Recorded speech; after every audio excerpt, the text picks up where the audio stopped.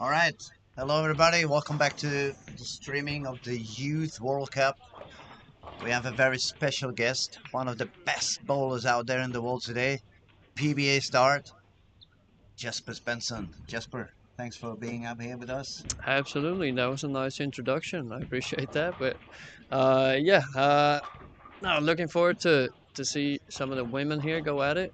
Um, did some commentary yesterday on the boys side of things, but yeah, I'm excited to see here how the women handle the pressure of this being the day we draw the cut to Hmm. the top 16. And as you guys probably know in the standings, a lot of people with the opportunity to make a move today. So yeah, about halfway through the first game already. So it's gonna be interesting to see how the today plays out. Yeah, we had on the previous squad, it looked like things were going to be one way, and then at the very end of the squad, things kind of shaked around. And 6 games is a very, very long day. I mean, we have the fresh conditions now, then we have to adapt to whatever the transition is going to be. Pressure obviously is going to be in play today again. We have some, we could say some of the girls have already secured the spot on the final because they really have a lot of pins ahead. But at least there's 8 to 10 bowlers that still could make it up or jump down. So it's going to be quite interesting. We're gonna have a lot of things to comment on the following games, and we gladly join you. We gladly ask you to join us, and you want to pop up any questions, and just go ahead. We are here for all of you guys. Yeah, we're gonna keep a close eye on the comment section as well through the stream. So yeah, feel free to post your questions, and we will try our best to answer them to the best of our abilities. But yeah, like I said, looking forward to follow the action here and also to interact with all the guys at home watching the stream. So feel free, and yeah, we see some good games already here to start the day off. It's a lot Um, of striking happening, that's for sure. There's a lot yeah, of talent in the lanes as oh, well. it's amazing to see, and Some of the myself as a girls. two-handed player, I see a lot of the girls are using two hands as well, and that's pretty cool to see. For a long time, it hasn't been that common with two-handed bowling on the women's side, so it's great to see. And to pair that up with some really solid one-handed players, it's definitely a lot of talent out there. That's for sure. That's a lot of talent going on. It's a lot of pressure also as well, since it's the last qualifying day. And we can see some of them have started the games a little bit of under pressure, I would say. Could see a few misses in, probably due to that lack of confidence of the first couple of shots until you calm down a little bit and then you start trusting the ball and sending it out to the friction. By the way, since we talk a little bit about the lanes, we had kind of a show yesterday with young kids from Sweden and some of you guys, the best bowlers in Sweden and PBA stars. And Jasper, you had the chance to try actually the current pattern that they are bowling on. How did that feel for you? Yeah, it was first off, it was a great event last night. We had a great time together with the youth, the local youth here, and also some of the athletes competing in this event. They stayed around for a little bit and hung out, and it's great to interact with the younger generation. But yeah, we got to try the pattern for that event, and yeah, definitely it for me. I mean, I like to play the outside, so it was pretty nice. And then the length of 43 feet kind of makes it to where you have a decent amount of hold.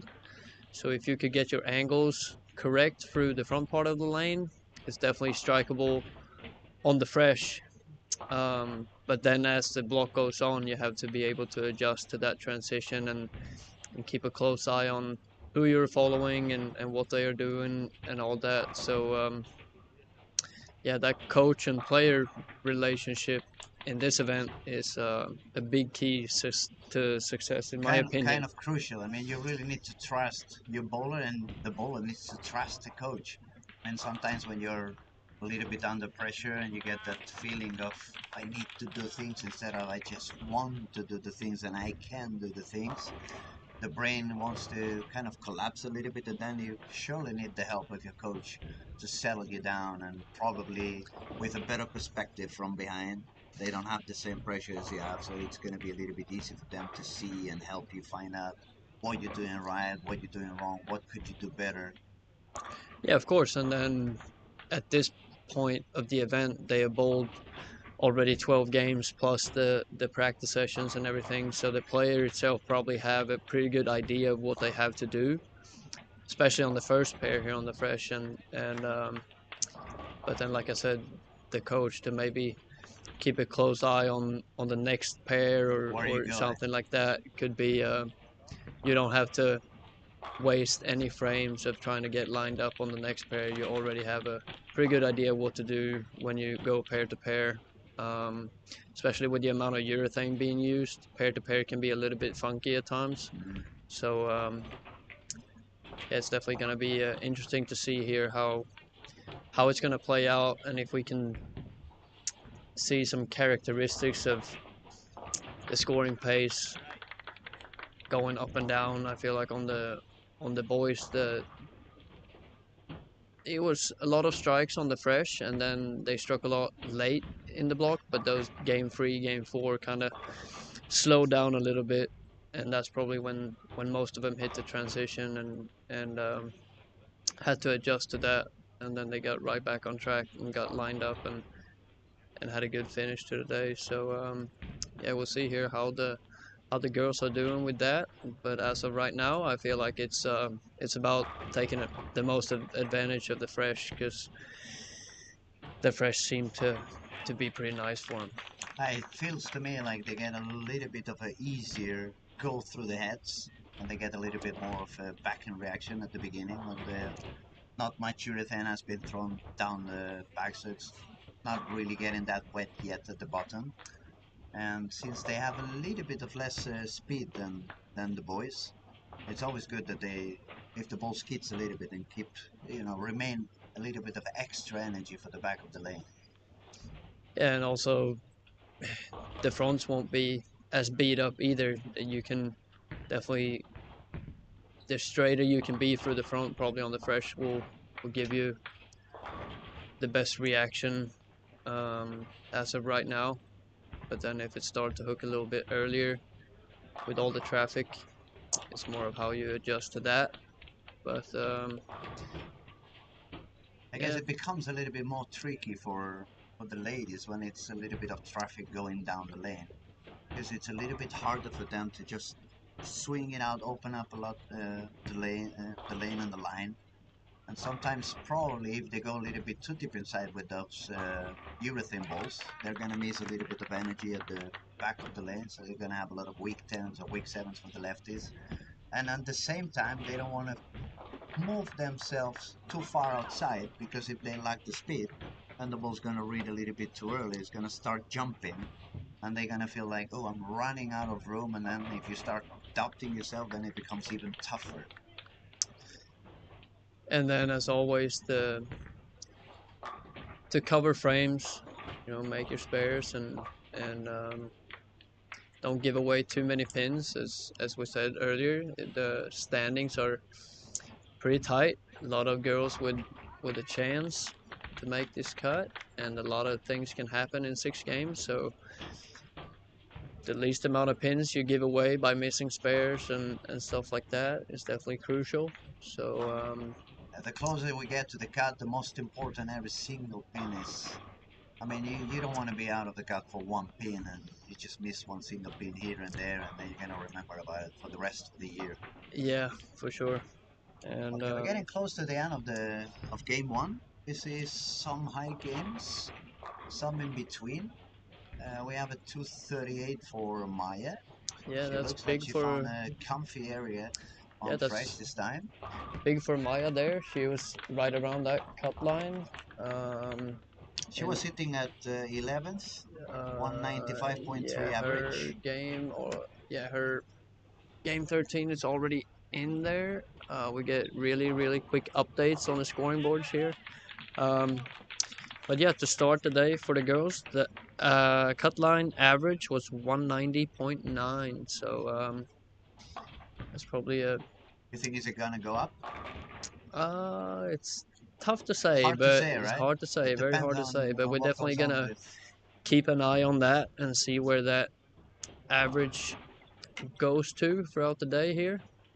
Um, but I am pretty confident that there will definitely be some movement in the standings now with the pressure and everything. And also at the top we see Jenny from Norway, really good player. Started the day with 235. She is cruising. She was already at the top to in the top three at least, I believe, to start the day. So she's cruising right now and can enjoy her afternoon of just keep bowling well and execute. It's actually fun about Jenny because she's a one-handed bowler. She's using urethane, and I had the chance to interview her after squad one and squad two because she was on top three, and she actually has been using a tactic a little bit we have seen more on some of the boys. She started pretty far outside, then she followed the line a little bit with the transition, but she didn't kept moving in and in and in. After game three, game four, she has been going back to the outside, just increasing a little bit the speed, so she could use the hold over there. And actually, both of the first two spots, she ended up pretty high. Yeah, that tells you that she knows what she's doing. She's comfortable and she's making those right calls together with her coach probably, and they have a good understanding of how they need to play the lanes. So yeah, very impressive performance so far, and been fortunate enough to watch Jenny for a little bit bowling. She's bowling in the Swedish league actually, and she's doing really well there too. So big talent from Norway that we will see a lot of in the future, I'm sure, around here in Europe and the rest of the world. So it's gonna She's be super consistent, definitely. I mean, when you see her game, she's super consistent. yeah, really good. A lot of accuracy, good balance, good release. Yeah. The timing is pretty good. Never early. And I'd like to talk about a little bit of Colombia because they just started game two. She was very high on day one. She started pretty well yesterday, but then she found some, let's call it ugly transition. She found a lot of oil at the back of the lane and her ball stopped working. And for some reason, they didn't move that far out, at least not the break point. She kept moving kind of parallel, and she didn't start that high today. But now, as soon as they moved to the next pair, I just saw they jumped nearly 5 boards to the right, both the target and the breakpoint, and both did look a lot better. So I think she may be back on track. Yeah, let's see. I think she bowled at least 11 over runs, 2-0, 7, 8. 2-0 something the first game, which is not a bad game. It's a decent game, and she probably spent her afternoon yesterday of trying to find a little bit better solution of how to handle that transition. So yeah, we'll see how she does today. It seems like she have had some good starts to her blocks in the tournament so far. Yeah, she did But very like you good on said, fresh, yeah, definitely. 250 to start yesterday, 201 to start today. So yeah, we'll see what information she gathered yesterday and how she handled that same situation today, because it will most likely be similar of what she's seen yesterday. So hopefully she have found a way to manage that part of the block a little bit better today. And yeah, she's sitting comfortably in fourth place right now. So she's also cruising as of right now. And the biggest comeback yesterday by far was by United States. She had a very rough Amazing ball. first squat, but yesterday she rocked the alley. Yeah. I think she shot at least 80 pins more than any other competitor on the squad yesterday. She was really, really high. Yeah, some really impressive work there, and as we all know, that the bowlers from the United States that represent Team USA, they have very good knowledge about the game and solid physical game and everything. And yeah, she's definitely one to watch out for here for the other girls for the rest of the event. She will And she definitely does it be up very there. good. I mean, she's got the speed on the leg. She's got very good timing, good release, good power. It looks pretty solid to me. Yeah, really good, really good. We had the change in the lead at the moment. Norway standing on the first place after a 235. Denmark held okay with a 205 on the second spot, and Costa Rica dropped down to the third place. She shot 188. I'm gonna try to find her on the I what think is she bowling she now? were on 17, I wonder is she 18. using Yeah, urethane or 17, did she 18. move to reactive already? Actually, yesterday was the first time I ever seen her bowl, I think, Hmm? and I was impressed. She has Very strong technique, yeah. very, very strong technique and good timing, and she can, you know, through good timing and good speed, she can create a lot of power and rev rate, which is definitely beneficial a lot of times. And yeah, it's going to be fun to see. And she has a solid spur game as well. Yep. It's one of those that really change the wrist position and does nothing to it on the spell ball, so that her ball Let's has see, the she just speed and doesn't opened hook here at the all. first frame of game number 2, but it was a 3-6-9-10, and that could be an ugly spare for just about anybody. So um, we give her a little break on that. Yeah, absolutely, absolutely. Because those multi-pin leaves, like if you just leave enough of them, you're gonna miss some of them, and that's just facts. But it's more the single pins that you really need to make those spares It's one of the most spares I hate times. the most. 3, 6, 9, 10. I always Yeah, end up it's chopping a one of them. yeah, it's a tough one for sure.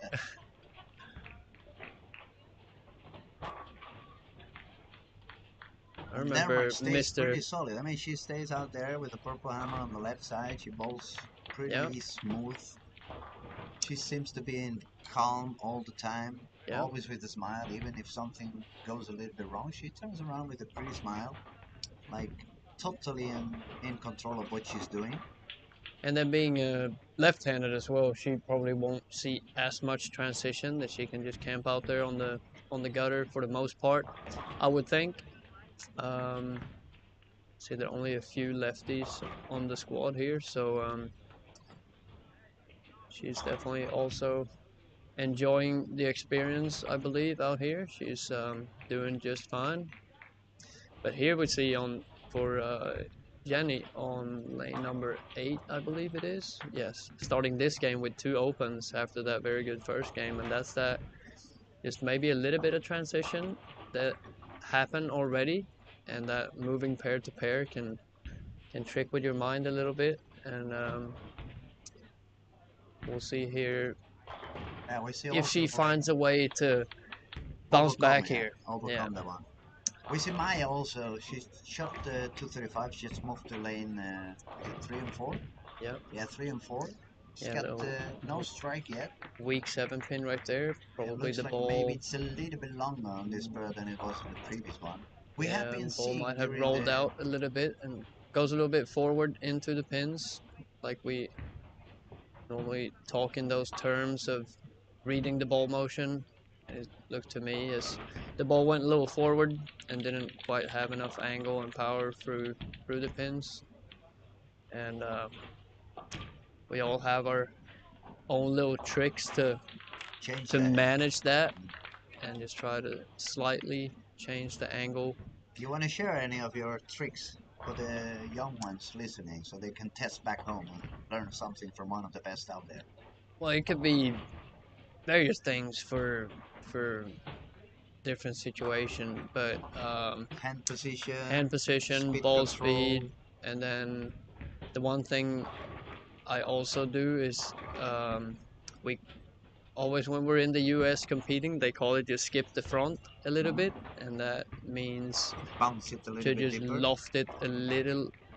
It only takes a slightly little bit to make a pretty big difference on, because obviously Maya, for example, here it's close, it's just not enough through the pins, so it doesn't take much to just get that little edge again to where it will run the A pin over. So a little bit of loft can be definitely one thing that changes the angle just enough, and it's also one of my go-tos because it's a move that I feel comfortable doing.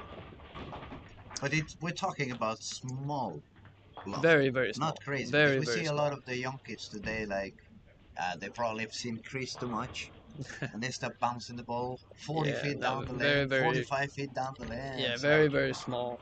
And then, like I said, hand position, speed control is always a big key, even if you try to throw it a little bit faster, a little bit slower, or your normal speed. If you can be accurate with your speed and throw it the same speed all the time, that's a big, big step. And by the time because I used to throw it really, really hard, and Oscar style. pretty much, yeah. And then by the time I found my way to adjust my speed and be consistent with my speed, my whole career changed, and that definitely took me to the next level at the time. So Costa Rica is having a bit of issues. She's fighting to get the ball into the right spot of the lane, and she has a couple of open frames, actually. Three open frames to start. So she had 188 in game one, and now she started with the three open frames. yeah, It can't may, give them too much props that they fall apart. yeah, definitely. That's another thing I would like to ask. I mean, I haven't bowled seriously for quite a big amount of years, but back in the day when I bowled, like seriously, I bowled the Weber Cup, I bowled the Walton Pin Masters 3 times, I bowled a few other TV shows, and not as many as you, obviously. But my question is, I remember even one very particular time, I bowled the semi-final of the Walton Pin Masters with Thomas when he was coaching me. He was like the big brother and my teacher in a way. And I remember he started, left the 10 pin, he missed it, which is not normal for him. Then I left the 10 pin, I missed it as well, and we all looked at each other like, what's going on? And I have to admit, and I'm going to be very open about it, it was the pressure. I felt the pressure on the first two or three frames. So every time I bowled on TV, after those 2 or 3 frames, at least that was how it worked for me. I cooled down, I gained control again, and it was fine. It felt like I was bowling on my own or I was bowling back on my bowling alley. Does it affect you still when you do so many TV shows? Do you still feel a little bit of the pressure on the first 2 or 3 shots, or you're already over that? No, definitely, I will never get over that. It's always the same edgy feeling, and you know, Butterflies in the oh stomach yeah, a bit, yeah. it's always always there, and yeah, it could be a rough feeling, but at the same time, if you're not nervous, something is wrong, in my opinion. The day I'm not nervous going out to bowl a TV show, yeah, then I'll probably That means you're done. hang him up. So it's definitely just one of those things that you need to learn and find your own ways to manage and accept that you're nervous. It makes sense that you are nervous and not trying to push those emotions away, but to find ways to perform with those emotions. And yeah, there. Of course, the first couple of shots are the worst, but then also on the PBA tour, for example, I always know that when there are commercial breaks after 5 frames, Hmm. coming out of commercial strong is just as important as a good start, because that's when the game is going to be decided. That's after the commercial. So it's always another key moment of the matches, typically on TV. Um, but then it also goes so fast on TV, especially on the PBA tour when you have your shot clock at 24 seconds, Yeah, and you need to speed up, and you don't have too much time to just stand around and think too much. You need to go. Um, you need to be aware to call a timeout or ask yeah, for a re-rack if something is. So it's a lot of things you actually have to pay attention. Not only the match, not only the opponent, not only yourself, not only the lane changing, but the nerves, the rhythm. yeah, and it's a lot about being aware of your your emotions and where you're at and in your moves and everything. If you have to try to gain as much control as you can over the situation will be a good help, and that could also be a good way to settle those nerves a little bit. But the nerves are definitely going to be there regardless. Do you use any special technique? I've heard a little bit of everything, from those who close their eyes and pray to those who take deep breaths. I've heard some of them also that they kind of compress their stomach so they can try to keep the nerves under No, control. it's It's many different ways, yeah. but When I get set on the approach, normally I just take a deep breath, and that's a sign to myself that okay, I'm ready to go. And then it's just about perform a good shot at that point. But that is like my trigger to make sure I'm ready. And but I think I do that almost every time I bowl, not only on TV, but that's kind of my trigger always to take a deep breath just before I start moving. that's very interesting. I mean, there's a lot of things you guys can learn from people like Jesper. He's got a lot of experience. He's been bowling worldwide, bowling everywhere. And all those little tricks and things he's commenting. I think it's good for you guys so you can learn, you can use, you can try on your own. It's pretty interesting. Um, on the morning when I was talking with Joachim, I said there's a lot of people still today complaining about the two hands because hey, you shouldn't bowl like this, you shouldn't bowl like that. For me, I never bowl two hands. I always bowl one hand. It's way too late for me to try to bowl two hands. I don't have the speed. I'll never have it. But I'm not complaining about it. I mean, I compared it with a high jump when they usually jump forward, and all of a sudden, I jumped backward, 50 more than the other ones, and then everyone realized like, ooh, maybe we should start jumping that way. And maybe since I'm a little bit old and I bowled on the times of the Bowden lanes and where each lane was completely different topography and the lanes needed to be resurfaced once a year, and especially in the south of Europe that happened once every 10 years, not every year. So you could see the oil was slipping away through the boards and stuff like that. But in a way, it feels to me that if I would take the best players of you, two-handers, and put you back on the 70s, 80s type of bowling, maybe you would struggle a little bit more. But on the other hand, there's so many things that you guys can do that we could have never done in terms of reps, in terms of angles, in terms of opening up the lanes.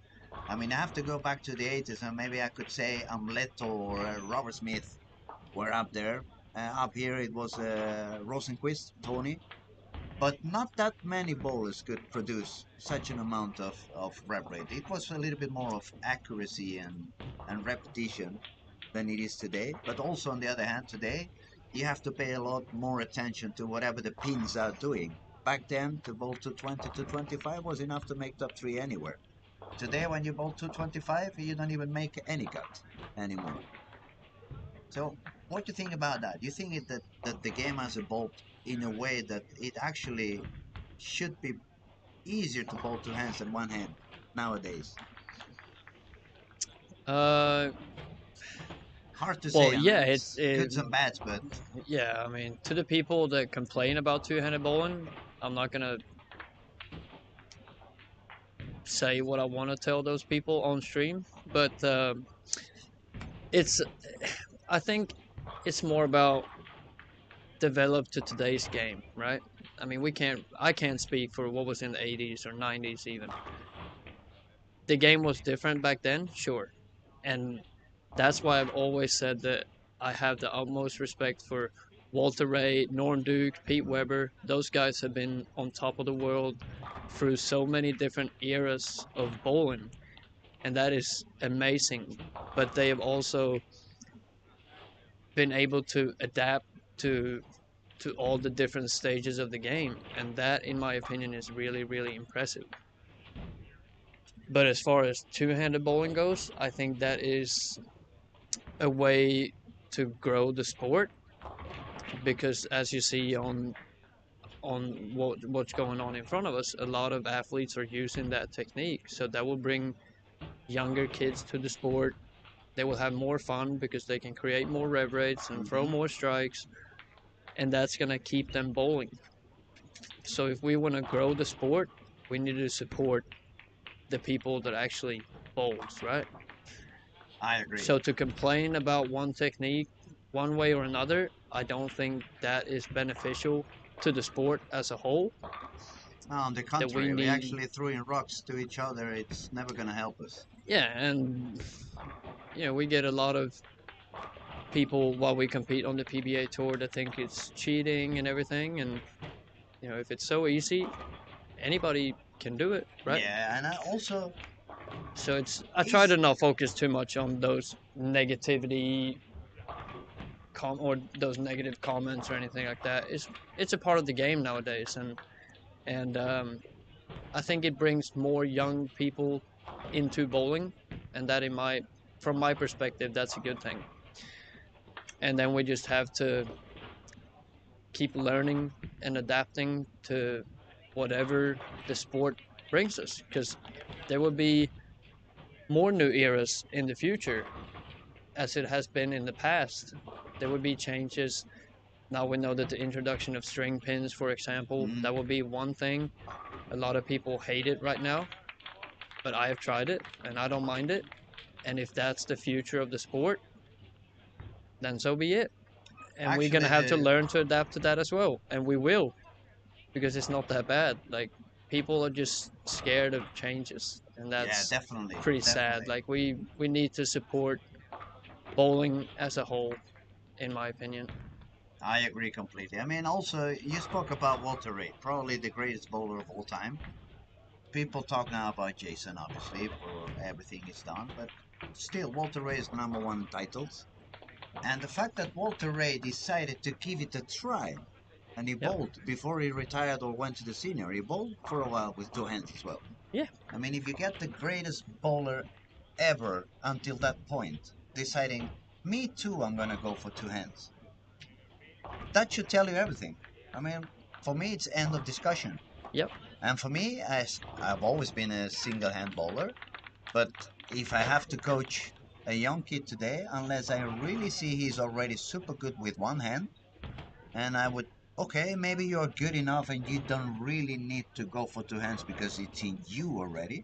But if I get a brand new kid, I would definitely tell him to go to two hands. I see Sure. a lot of advantages in that. For example, when you guys bowl 50 games in 1 week, you don't have to use the thumb, so you don't. When we bowled 50 games in 1 week, our thumb starts swallowing and pain here, pain there. That's number one advantage right away, already in pain and physical feeling. Then the power, a lot more rev rate, a lot less complicated. You never, you save a bunch of money and tapes, definitely. Yeah. But there are And also gonna be other parts of your body that will hurt.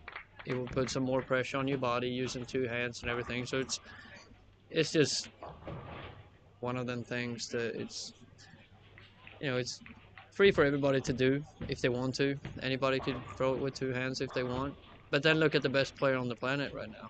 That's EJ Tackett. He's using one hand. So yeah, obviously you can still win and compete using one hand. So yeah, whatever. To the people that don't like two-handed bowling, I don't really care for those people too much, and Keep bowling it's one just hand a then. new era of the Yeah. game, and that's that. All right, we're getting till the end of game 2. We see some striking again. Let's see what goes on. We see Denmark. that the cut average actually stayed exactly the same between the first and second game. That's pretty interesting. Okay, let's see. Still 190.9. Costa Rica made a comeback nicely after 3 open Yeah, frames. got a nice free bagger there on She's on the way to end pair on the right, still make 200. and Jenny from Norway went from 235 to 165, and yeah, it's probably got a lot of little loss there on the lane change, On the lane change, and then yes. one game goes by really fast. The same happened to Maya when she moved to lane 1 and 2. Got a couple of open frames. She made 2 doubles Yeah, to save it a little bit for 190. yeah, that's okay. And we see actually, yeah, the girl from Mexico here, 250 opportunity here in the second game on lanes 5 and 6, and she was actually right below the cut number. And we see a little bit of gap between 16th and 17th spot right now, and she again find herself right below that cut number right now, but with a 250 possible here with a frame to go, could definitely doing some really good for her. So Oh, she didn't get that's the strike, awesome. but I think she's gonna Two. make the cut because she really struggled on day 1.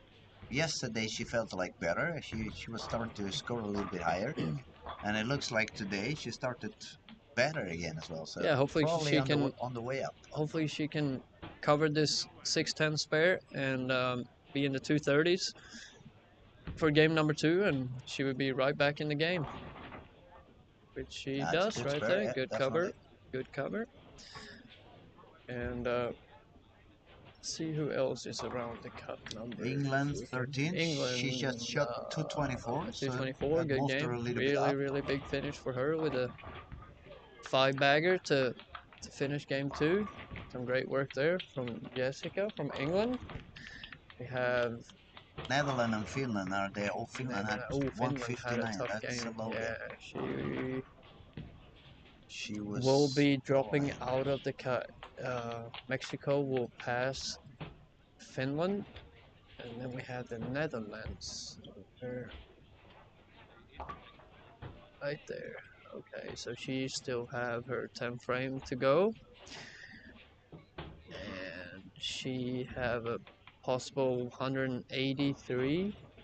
So yeah, it's getting close again around that cut number. Czech Republic.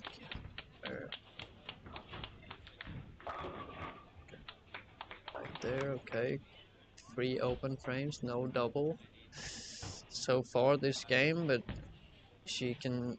She have a strike in the 9th frame, can double in the 10th for Try to save a little 170. bit. Yeah. Yeah, try to save this game as much as possible. I mean, after all, if the cut is around 190, if you manage to save a bad game of 170 something, you don't lose that much. Yeah,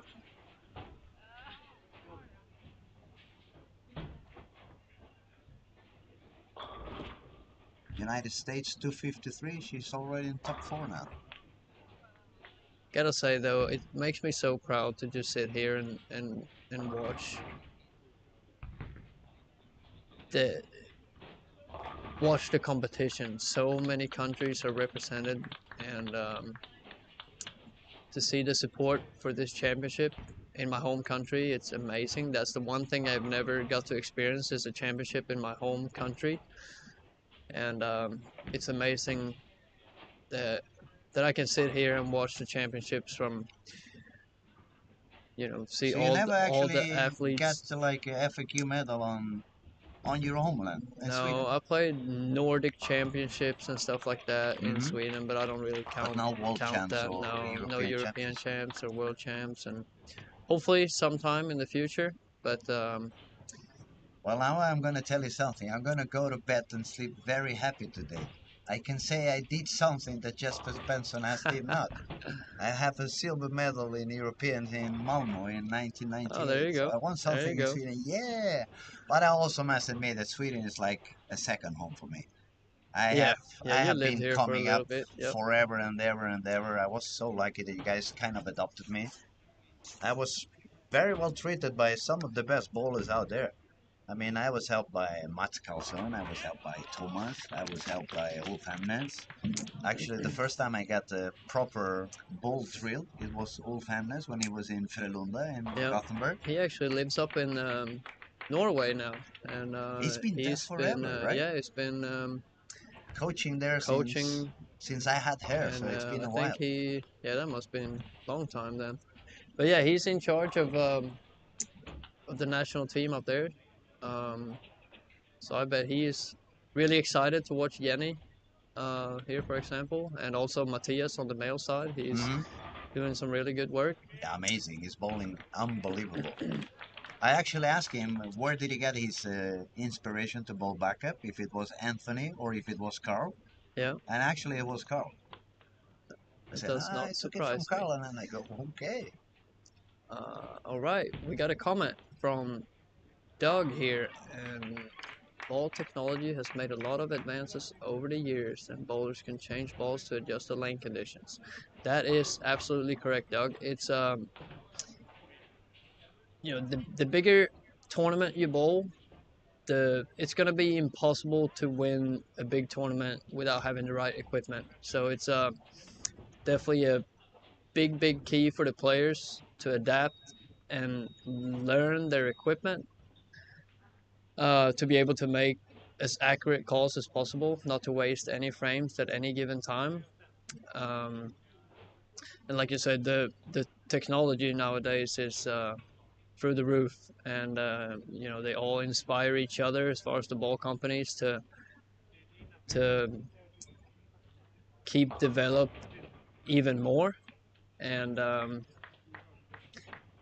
but yeah, that's definitely one of the biggest keys in bowling is to have the right piece in your hands, and that's where the best players in the world are almost the most impressive, not only physically but the knowledge, and The they don't. understanding on what they have on their back, so that they know Yes, exactly what they're gonna go and pick up on the back, and they know exactly what kind of changes. Sometimes, at least it was for me that way many years ago when not when I bowled for Soma, it was actually when I bowled for Columbia. They used to send me 3 bowls of each, even if it was amateur bowling. And I remember I always had a longer pin, a medium pin, and a shorter pin. So I would use exactly the same bowl, start with the pin in, and then I moved to a little bit longer pin, and then ended up with an even longer pin. yep, So I had the pretty much the same layout, if you could say. Just the pin buffer obviously was altering, producing a little bit extra flare and a little bit extra back in reaction. So as I moved a little bit deeper on the line, I would just jump to the next ball and the next ball and the next ball, but not even changing the cover stock, not even changing the core on it. So sometimes, if you agree with me, when you are already on that super high level competition and you are already lined up, you don't want to make those big changes, or not always is necessary to go for those big changes. And as soon as it's just a matter of a little bit of angle, you don't really need to change to another cover stock all the time. You don't really need, you can maintain the same ball just with a slightly different layout, and that's going to be that extra feet or extra board. Agree with that? yeah, of course. And then personally, I mean, I think that people know I like to throw the urethane balls, and like on tour we have the since I'm a uh, since I'm representing Storm products, I have the IQ 78, Love and that ball. and you know to you will learn what layouts you need when, for the most part, because obviously I have multiple, and it's about finding the right one for me, and you try to maximum flare or reduce some flare and stuff like that, and there is so much you can do with the same particular ball Mm. to make it do different things, um, and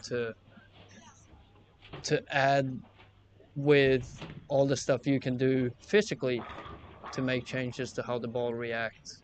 And again, it's about, you know, matching up your equipment with your physical game, and then learn your bag and learn your own tricks and on how you can make educated guesses, um, And of as course, you're accurate gonna as make possible. mistakes. I mean, Yeah, of we course, we yeah. don't always make the right choice. We can We be lose wrong, way and more tournaments than we win, yeah, and especially absolutely. bowling on tour when you're going to try to compete against the best players in the world.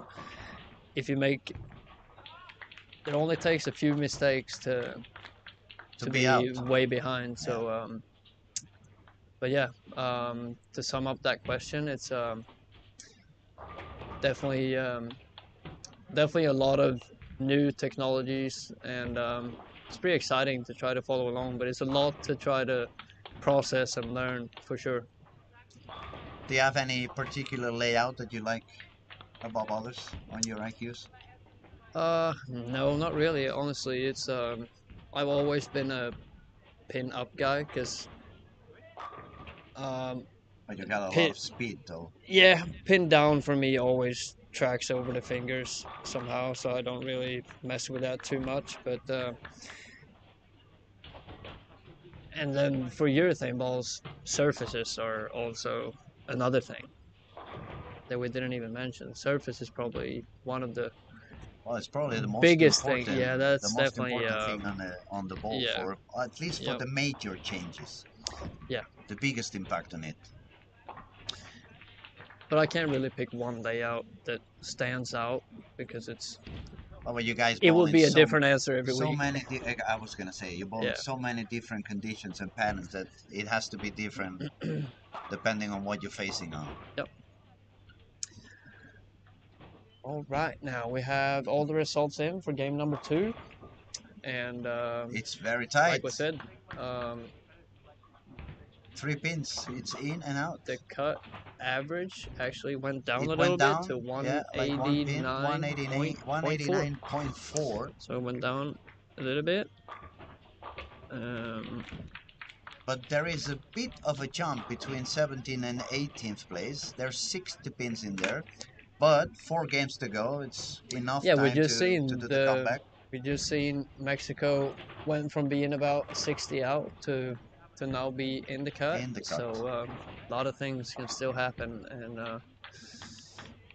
and yeah, we have a few girls at the top that definitely are cruising at this point, just sitting comfortably where they're at, and since they're starting from scratch after this block, it's all about trying to sneak in that top 16, and Just made it to the top and then yep. start all over again.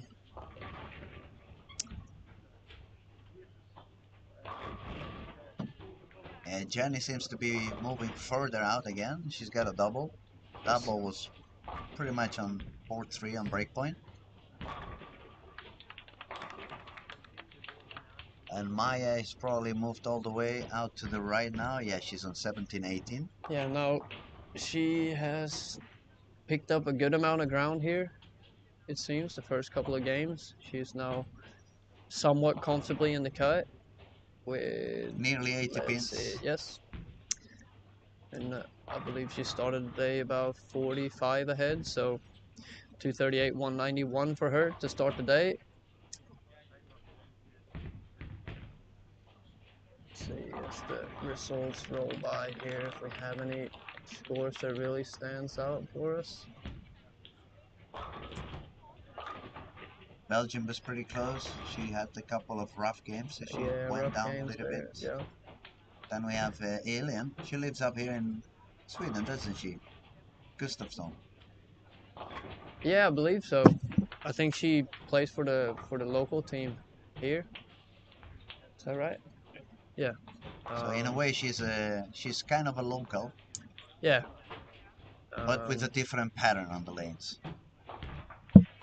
yeah, of course. Yeah. Let's see. Yeah, Denmark is back on top. As we said, Jenny Mathisen from Norway had a little bit of struggle there in game number On 2, the previous and game. Yeah. Denmark was right there to take back that lead. And yeah, USA with a big 253 game number 2. consistency for Colombia, 201, 201. Some good work there. Thailand off to a good start, 428 the first two games. And Denmark is comfy. Australia, She's got 4 in a row to start. Australia 45 over for the two games. Really good. England with a good start. Yeah, we got some nice scores out there from the girls.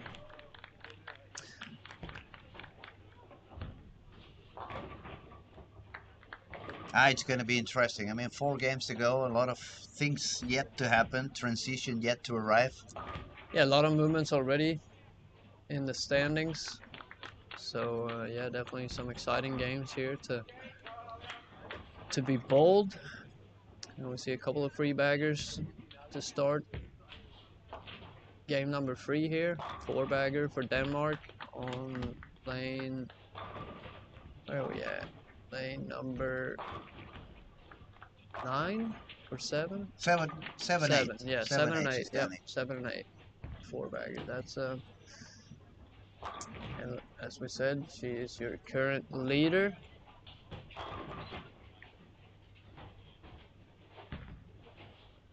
I guess we could say probably top 8, top 10. Yeah, top 10. They have quite a few pins ahead. They are 150 pins ahead of the cut. So unless they do any crazy stuff, the 10 first We could ladies. say we hope that they will manage their way to make this cut somewhat comfortably, because if they don't, something I mean, something have 150 happened. pins ahead, 4 games to go, and the cut being around 190. That means they have 40 pins per game.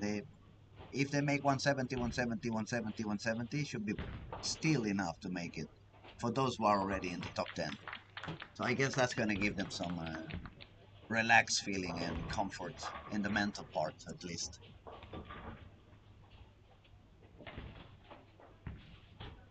Yeah, we'll see how they manage their nerves here coming down the stretch. 4 games to go. Pressure is starting to mount a little bit, and I'm sure the girls are not looking too much at the scoreboards. I think they just pretty locked in at this point, trying to perform Do their as best good as and just possible. fighting with themselves in a way.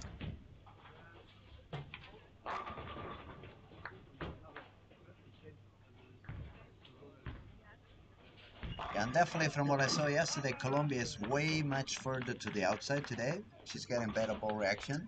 Yeah, she's got back-to-back 200 games here to start today, so that's definitely some good work there. And I feel like it's about that consistency as well, to find across the different pairs and across the transition pairs and everything. It's about finding the consistency will definitely be a big key, even if you are missing out on the really big games. But if you can stay consistent, you don't have to Stay away from the. really be too worried about. Stay away from problems. Stay away from issues. Yeah.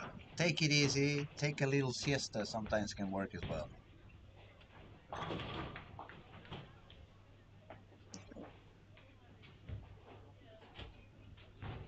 It's definitely coffee time for some of them.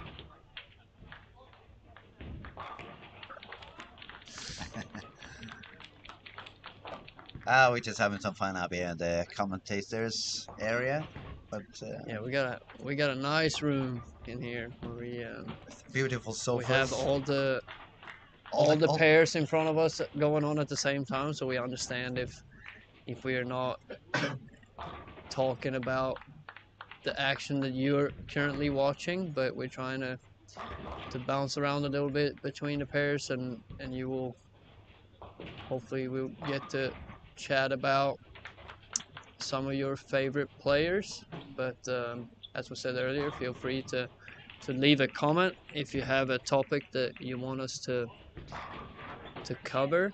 Yeah, I mean, it's a reminder. We are talking with Jesper Svensson, so it's the biggest opportunity for the fans out there to pop up questions. And, if you have any questions you want to really find out about, not the personal life, but the bowling life, is going to be able to tell you anything about it.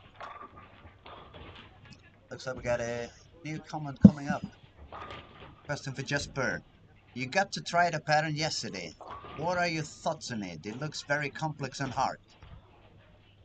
First off, big funky Swede. I wonder who that is actually. Um, but yeah, we did have the opportunity to bowl on the tournament pattern yesterday, and that was exciting. We had a great event, as we were talking about a little bit earlier here on the stream. But yeah, as a player who really like to keep the ball in front of me and shut down my my angles, so to speak, and keep it fairly straight through the front. It did play pretty nice. I feel like 43 feet is definitely a long enough pattern to where you can have a lot of hold going straight at it. So and there's still some nice friction off of the gutter.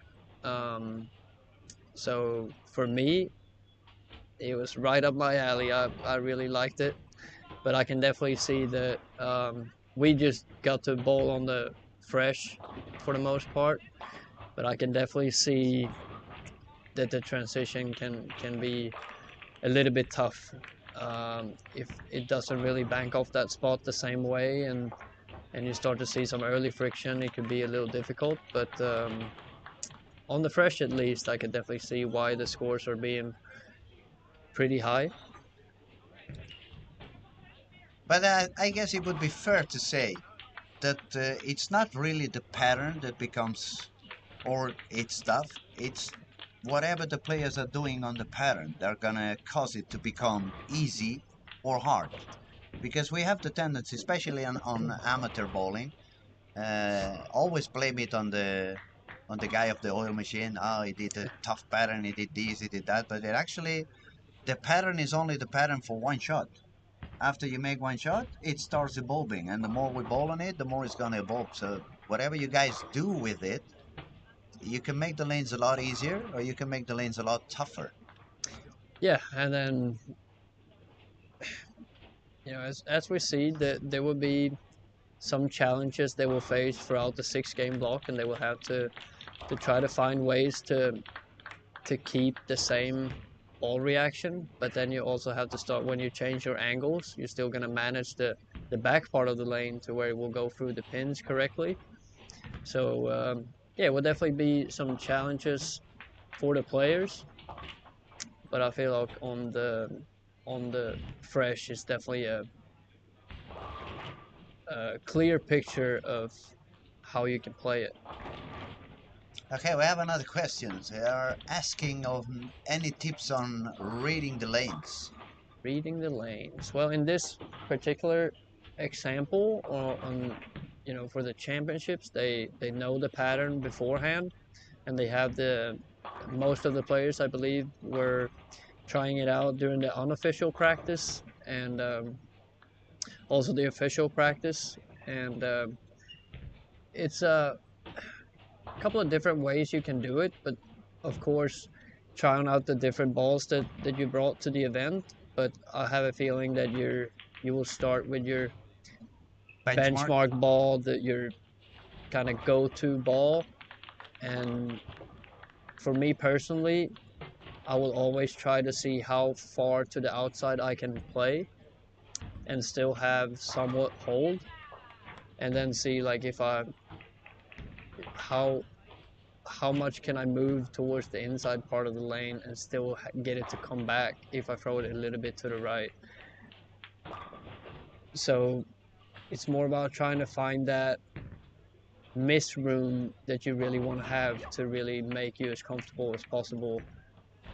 But then there are also times on the PBA tour, for example, there could be times where you're really uncomfortable in practice and you don't really find a good solution. And then it's about trying to talk to your coach or friends or something, trying to see if you can get some new ideas and stuff like that. Especially if you're struggling in practice session, you feel like they fly by really fast. But it's yeah, definitely try to be aware of the surroundings as well. See if you can find something on the other players that seems to work pretty good. But as far as your own, you need to try to find that perfect line where you have a little bit of miss room on your preferred room, I guess, because I tend to miss right as a lefty. I tend to miss right more than I miss left. So I would rather try to find the hold than trying to find hook to the left if the pattern is a little bit on the tougher side and you pretty much have to pick one direction or the other. I don't know about you, Louis, but it's for For me, me, I feel like every player have their miss, so to yeah, speak. yeah, definitely, definitely. I think we, on this case, what I would say, I would separate tough pattern and professional bowling from league bowling and amateur bowling. I would say 95% of the opens and league tournaments we bowl, it's always going to be some kind of reach and some kind of room to the outside. I'm not going to talk about right and left. I'm going to talk about inside and outside, so both right-handers and left-handers understand what I mean.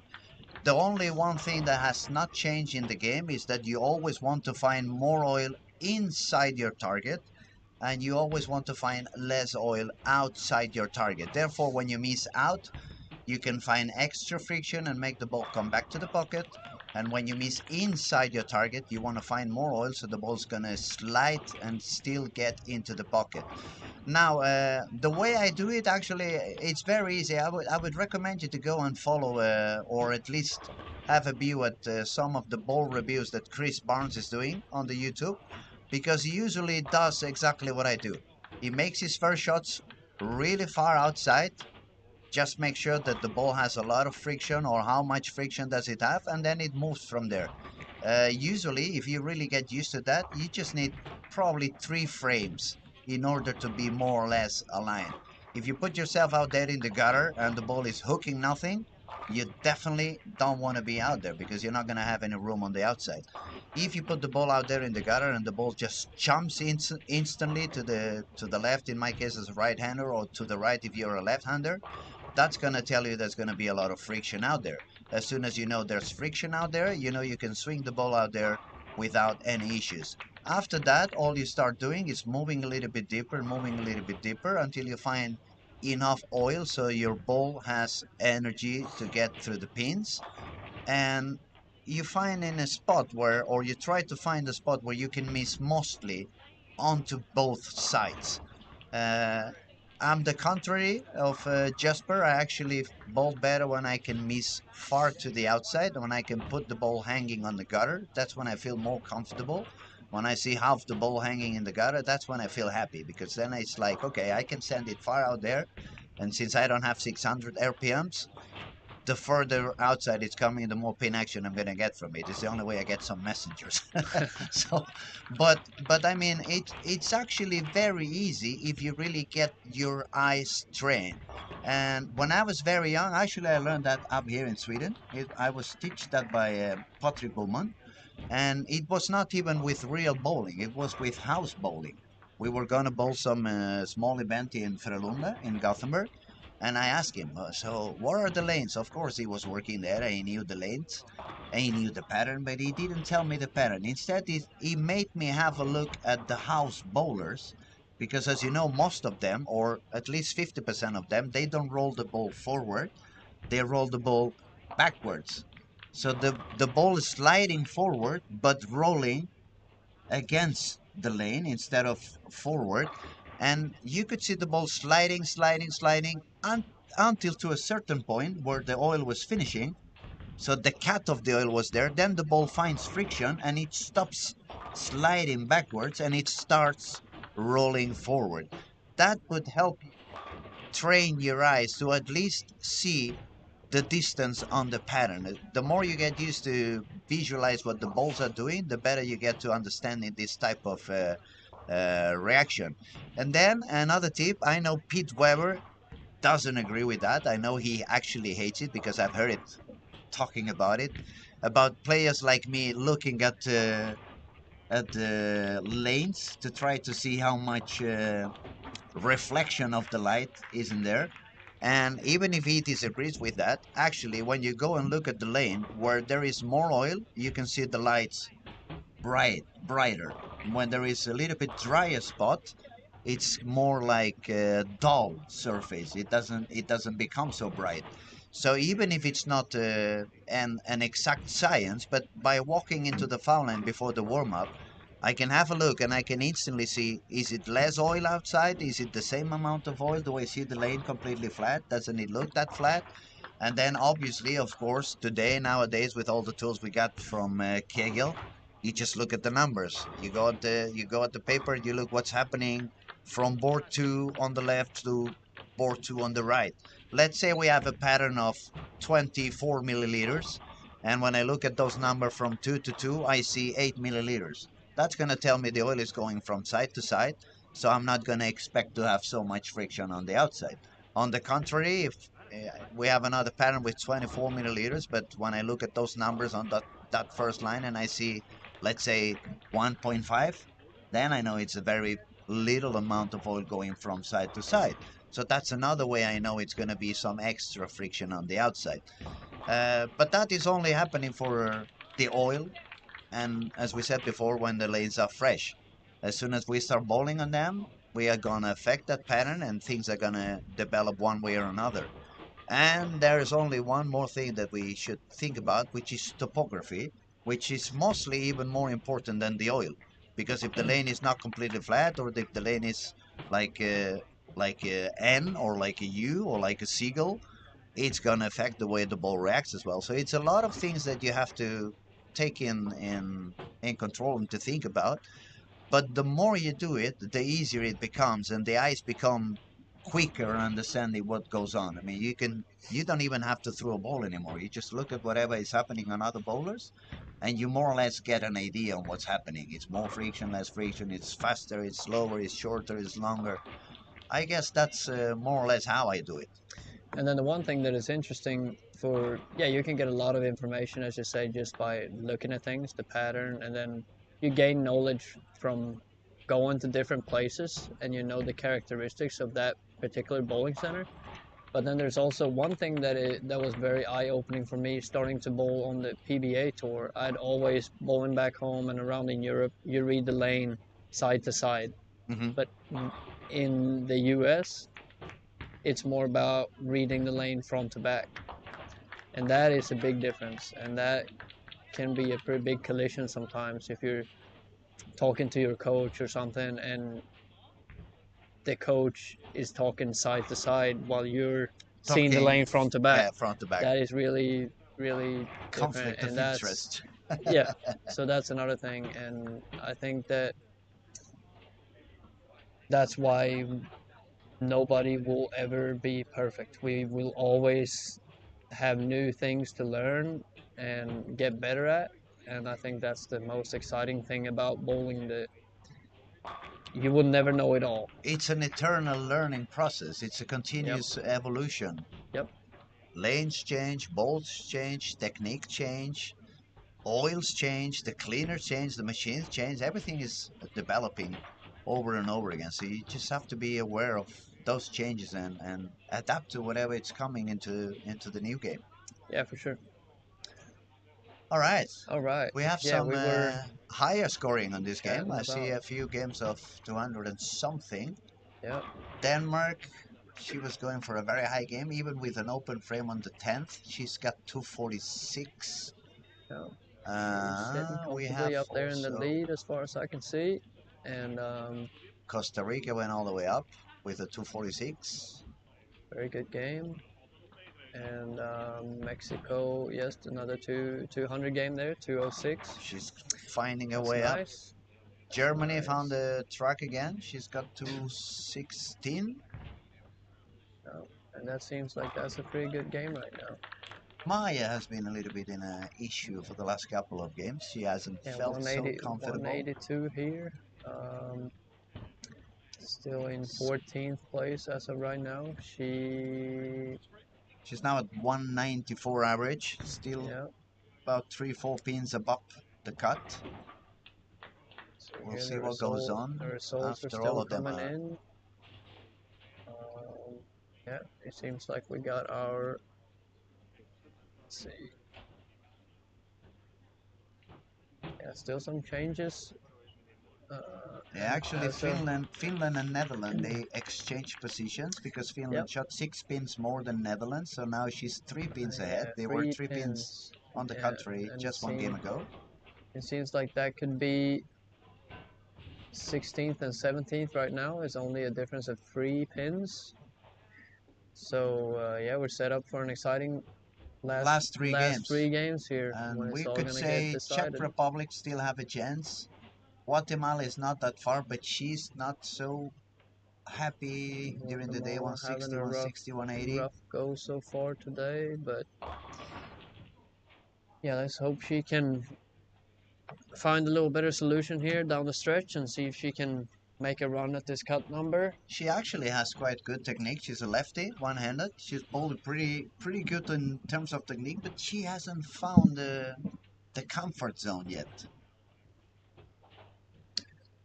Denmark is happily sitting on the top spot, 211 average. Let's see here. It's nearly 42 pins now, actually 42 pins ahead of Costa Rica that came back to the second spot after the 246. And Germany moved back to top three. I see Norway is Samantha now 160, Clifton from 170. Australia having a really good day today. 210, 235, 226. That is some great work from Samantha right there. Coming back, definitely. And she's making her way up the standings, up to 8th place as of right now. That is really good. Really steady bowling from Malaysia so far. 192, 192, 191. And that is, as of right now, all she needs. She is in the cut by about 70 pins right now, so no stress right now there. If she can keep that steady bowling going, she will probably be just fine. Ooh, big four to start there for Maya. And I don't know, maybe she can feel the pressure a little bit of While you're bowling home, competing yeah, at bowling home. home, bowling She at. got a lot of family and friends here, so and maybe that is taking a little bit of a toll on her, but see what she can do here at the big four. Yeah, get her count and move on to the next frame. Wait, watch out for Yeah, Norway. yeah, she started really good and then 160, 170 game 2 and 3, so she is still doing really good overall. But yeah, I'm sure she will. But I must say, it was a little bit like that on day 1 and 2 as well. She did very well on usually on games 5 and 6 on the squads on the previous 2 days. Yeah, I'm sure she will try to find a way here to at least get some good games to finish on a good note today and bring some good momentum into the continuation of the tournament right here. But yeah, she definitely needs to find a way to manage those changes a little bit better here. Like we said, she started with a 235, so a really good start, but then a little bit of struggle after that.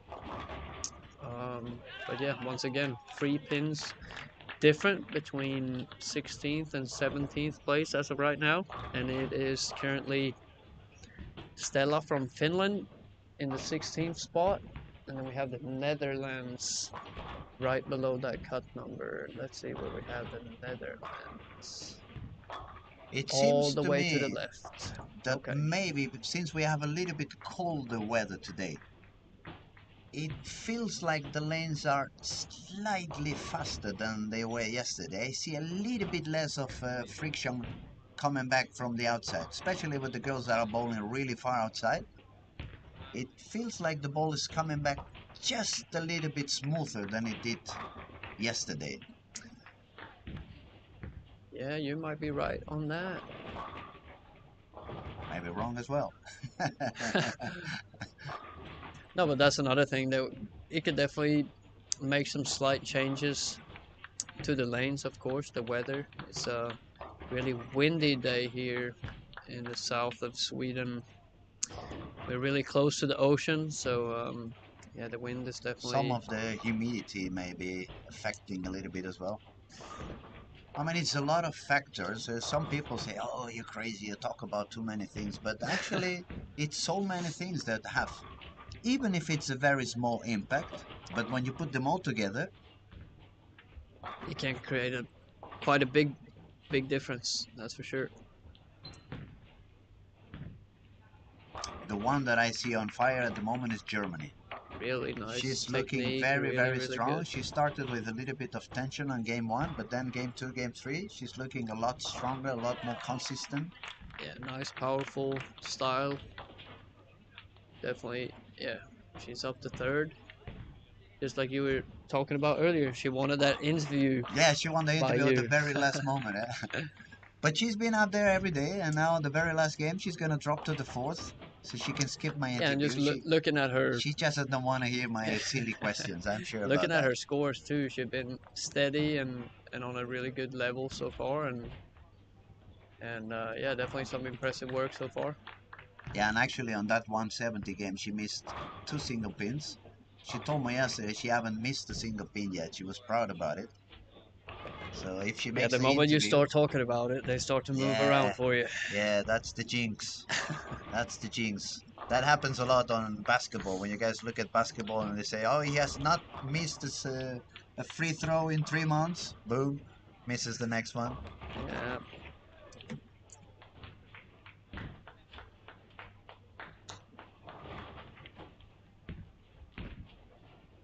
And we have definitely some lack of energy today coming around, but nothing that caffeine cannot fix. We'll have a coffee pretty soon. yeah. Can't have too much coffee, huh?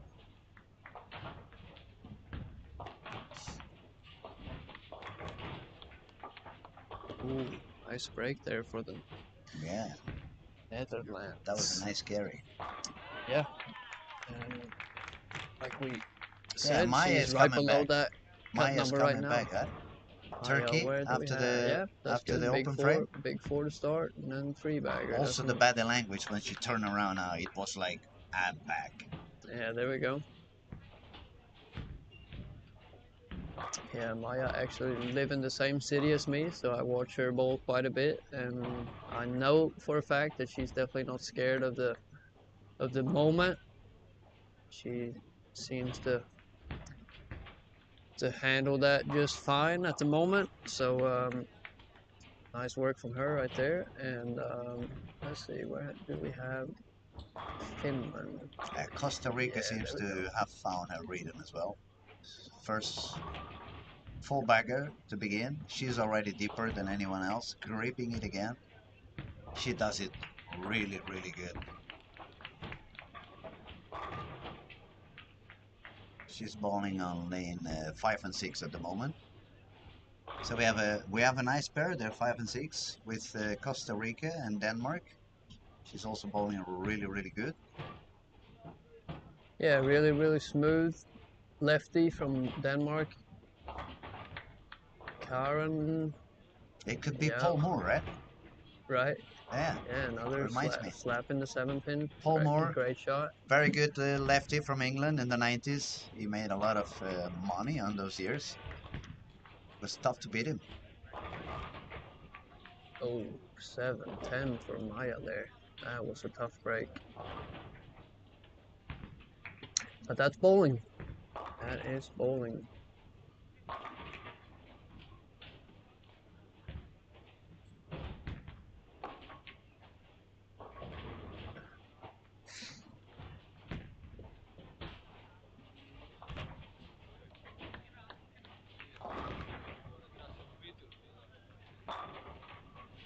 Thailand has quite a good release as well.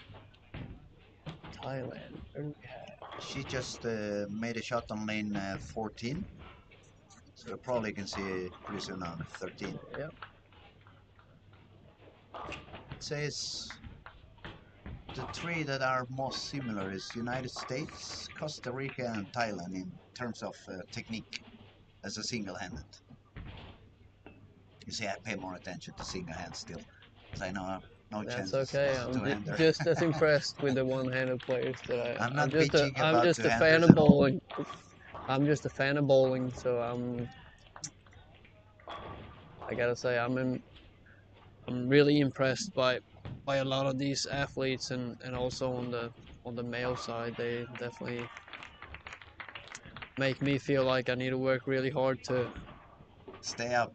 to stay up there. There will definitely be A lot of competition coming. hunting us Yeah. down Yes. in a heartbeat. Yes. So it's amazing.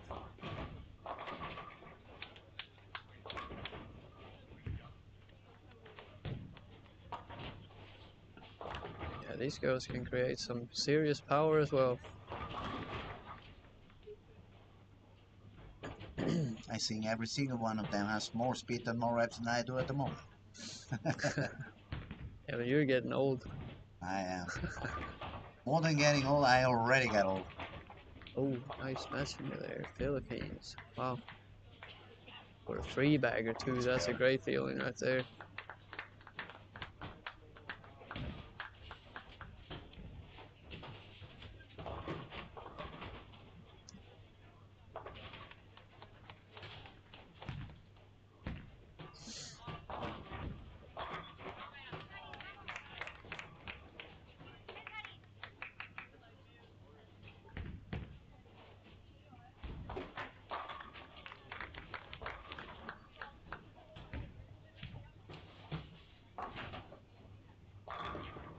Start to see Jenny from Norway starting to move further outside, trying to do what she's done the last couple of days, moving further out, find the friction.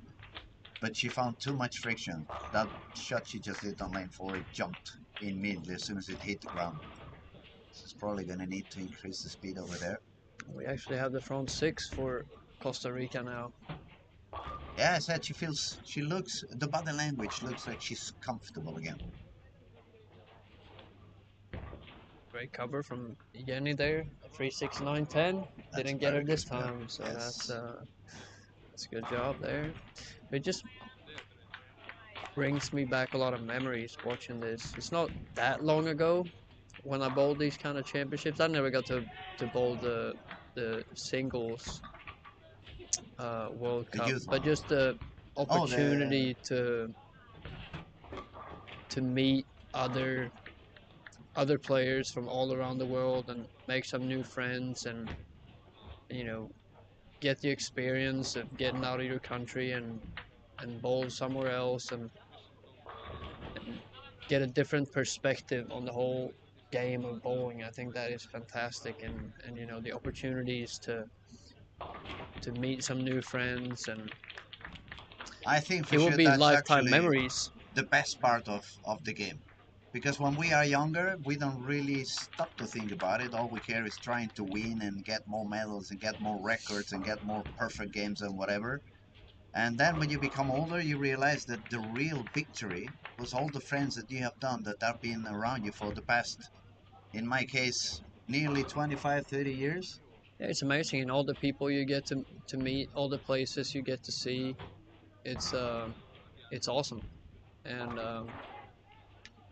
I really hope that all the players that are here They get competing, that same that they have the same, opportunity to keep that friendship for many yeah, years. the And same feeling of that they, regardless if you bowl good or bad or up to your expectations or not, that they still have a great experience here at the championship. And I feel it makes me proud that the federations are so supportive of their athletes and sending players from Australia, New Zealand, yeah, and yeah. all over Asia. It's fantastic to see that they all support their athletes enough to I mean, send they them are the across the future. world. They are the future. If we want the bowling to keep going on and growing up and getting better, we need to support the new generations.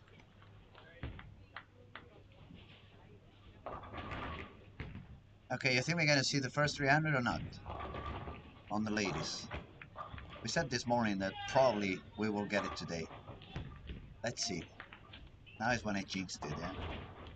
That's why I'm quiet. Yeah. So they can blame it on me. Yes, sir. And that's why Jesper is a smart bowler as well. Not only a good bowler, but a smart one. The moment you start talking about it, I know. it makes those I last know. shots so I much more know. difficult. It So that's why pissed if I me ever off. bowl against you, if you start with a double, Tell I'm me gonna right away. Yeah. You going for the start asking you 300? if you're going for the 300, and I know it will be an easy win. Now, she can't hear us obviously, so let's just hope that she can at least get this one, the 8th. Come on. Wow, that Work is with. so That good. was amazing. That is Yeah. great. Okay, I'm Looks like saved. She saved. She saved she's me. She just into saved me. a reactive ball now, making that move, and it seems to be working just fine. And with the amount of power that she have, she can definitely use that hold that were created by all those urethane balls. And actually, I must say, the line she's using right now, it reminds me a lot of the guy from Slovakia, a current leader Yep. on the boys Yep. division. That's a very, very similar line. Main difference, obviously, he was Ooh. bowling urethane while she's bowling reactive, but the type of shape of the ball and the line and the position on the lane is pretty similar. It's for sure impressive. That is for sure.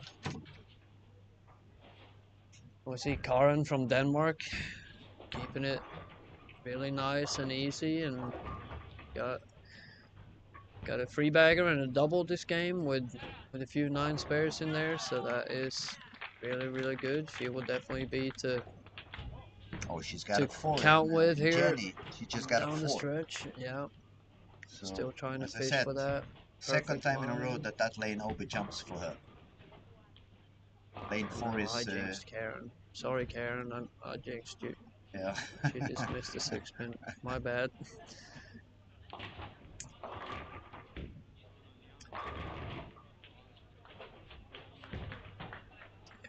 We should have, for the people that are not currently watching on lane 5 and 6, we have the front 8 for Elena from Costa Rica, and you can take my word for it is impressive to watch her play. She can create a lot of speed and rev rate, and it's definitely exciting player to watch. Let's see if she can get the 9th one. She sure can. Wow. Impressive. Really, Impressive really bowling. nice. Front 9, so that means now you will have some time to make your way over to that channel if you want to watch the opportunity for the 300. That will be on lanes 5 and 6. And it's a good pair to watch because we also have the leader, or the current leader until Yeah, now, which is it's Denmark, awesome. also bowling on that pair.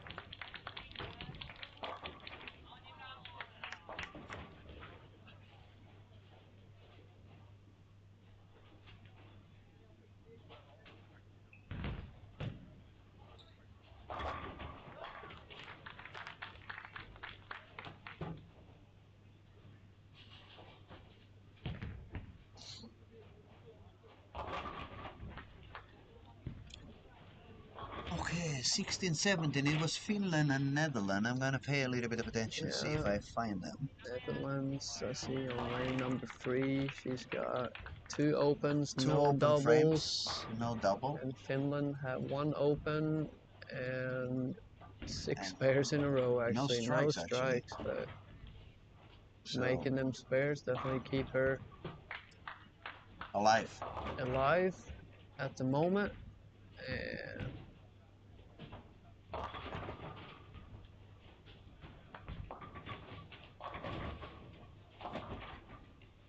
but actually with both players right around the cut number having some struggles this game, let's see if that can bring Someone some else into play, other eh? players into contention right here. Mexico was in and she's Let's having see. a terrible game now with 4 open frames The lanes are on definitely lane 18. getting tough on some of the players Some of here the corners right are now. becoming tough, it looks like. At least the 17, 18. We have seen a Yeah, couple of low there's games in a row. Mexico. Yeah.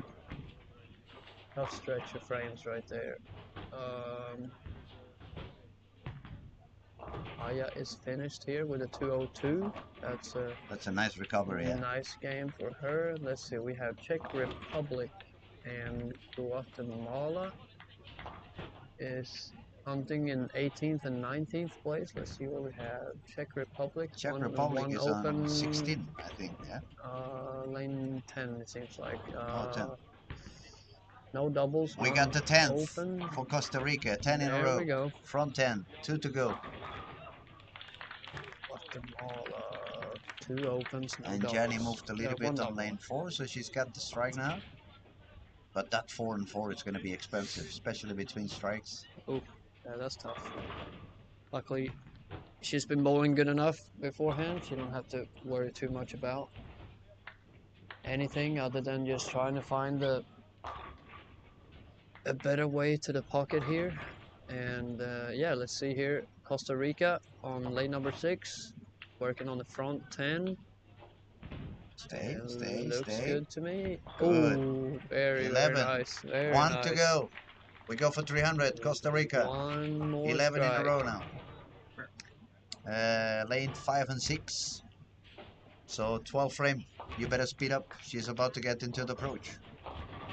We just guy's talking to the bowling manager, so he knows exactly what's going on. And he needs to try and catch this one on his He's his gonna have to phone. run. Yeah, he's gonna have to run. So now if it doesn't work, we have someone to blame on. No doubt in my mind. Okay, here we go. Get this one. That's the key frame. Come on, Elena. Let's get it. Okay, it was out. Hit it. Oh, Yeah! perfect. 10 Magnificent. back. Very, And we have the first 300 on the ladies. Unbelievable. very nice. Very nice. Beautiful. Beautiful, beautiful, beautiful. Yeah, she's got the game, man. She's got the power. She's got the technique. She's got the attitude. She bowls really good. On my next live, I'll be happy to bowl like her. Me too. Even if it bowls using the thumb? Yeah. 100%. Why not? 100%. I love all the bowlers. You know that. Okay, so obviously Costa Rica is going to jump into the first place now. She was 57 behind, but she shot 300. Denmark shot 215. Yeah. So 15 and 57, that's 72. She's going to be on the lead by 28 pins. Denmark's going to be second. Germany, I think, is going to jump a little bit farther away from the fourth position. She's got, what was she? Over there, she's got a Turkey, 9 strike, 9 strike. Solid game again. She's throwing on lane 12 now.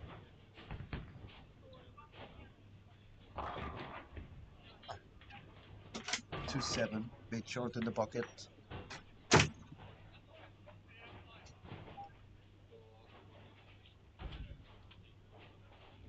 Okay, Jenny saved the spur, so the game is not going to be that bad.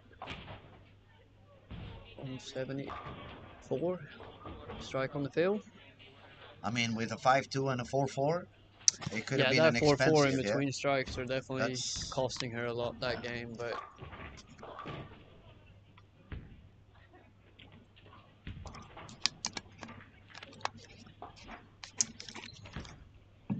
I'm thinking I might actually go out there and watch Sure. out there. But yeah, it's been a pleasure to follow the action in here with you for the first few games here, the first 4 games. Time flies when you have fun, huh? Yeah. I mean, I think it was lovely also for the viewers to have the pleasure to be spending some time with such a big superstar. Thank you Yeah, so it's much nice. I said it yesterday. It's always tough to when we get caught up talking about random bowling stuff, but I hope it keeps it somewhat interesting as you can keep watching what's going on the lanes. We try to do the best we can here to keep it interesting for everybody. But yeah, like I said, I'm probably gonna go out there and watch the last couple of games. Time to go root some for Maya as well. Yeah, she seems to be cruising just fine right now. 200 game here, game 4. That is definitely a good game as of right now. It seems like the lanes are definitely being a little rough on the girls right now. But yeah.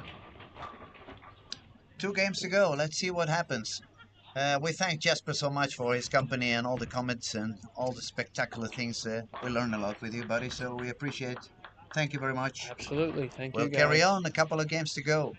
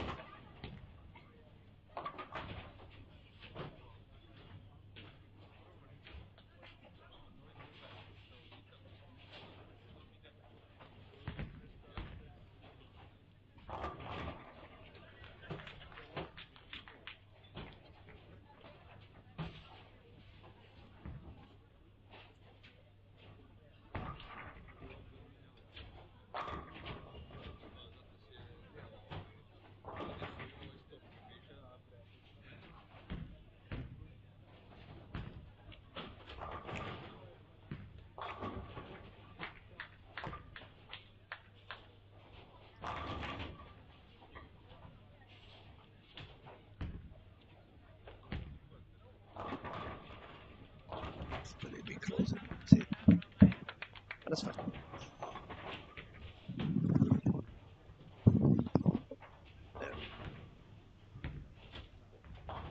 All right, here we go again. Slightly change. We let Jesper go have some fun. I mean, we thank him very much for spending 4 games with us, commentating and learning a lot of him. We got a lot of tips and so. And now we have another very, very special person, a very good friend of mine, a superstar in Sweden, Mr. Pontus Andersson. Hello, hello. Hello, Pontus. Thank you for being here with us. It's fun. It's fun for sure. It's been a fun day so far. Scores are pretty high. We just had a 300 game on Costa Rica, which was impressive to see. She really has a good shot. Yeah, she froze it so well. Me and her coach Nathan was kidding that our reps combined, he's bowling on tour as well, that she has more than us. Even if we put our reps together, like she froze it so good. I just actually told Jesper I wouldn't mind on my next live. Shoot, the way she's doing, it's unbelievable. Elena Weinstock, she's got 57.9 strike rate so far, 72.4 in spare rate, and I must say it's not higher because especially yesterday on the second squat she had a bit of an issue. I spoke to her and she started with the urethane, then she had to move to the reactive, but she was forced to be a little bit further outside yesterday. And of course, when you have a pearl bowl that far outside, it's going to be a little bit sensitive. So there was a lot of strike, but there was some open frames as well. But she has a wonderful recovery today. She had not a very good first game, but as soon as she got on track, man, she can bowl. Yeah, I think it's like just the last 2 games with 246 and 300. It's just a lot of strikes and very impressive to do. 546. How many people is watching right now and they have never shot 546 in 2 games?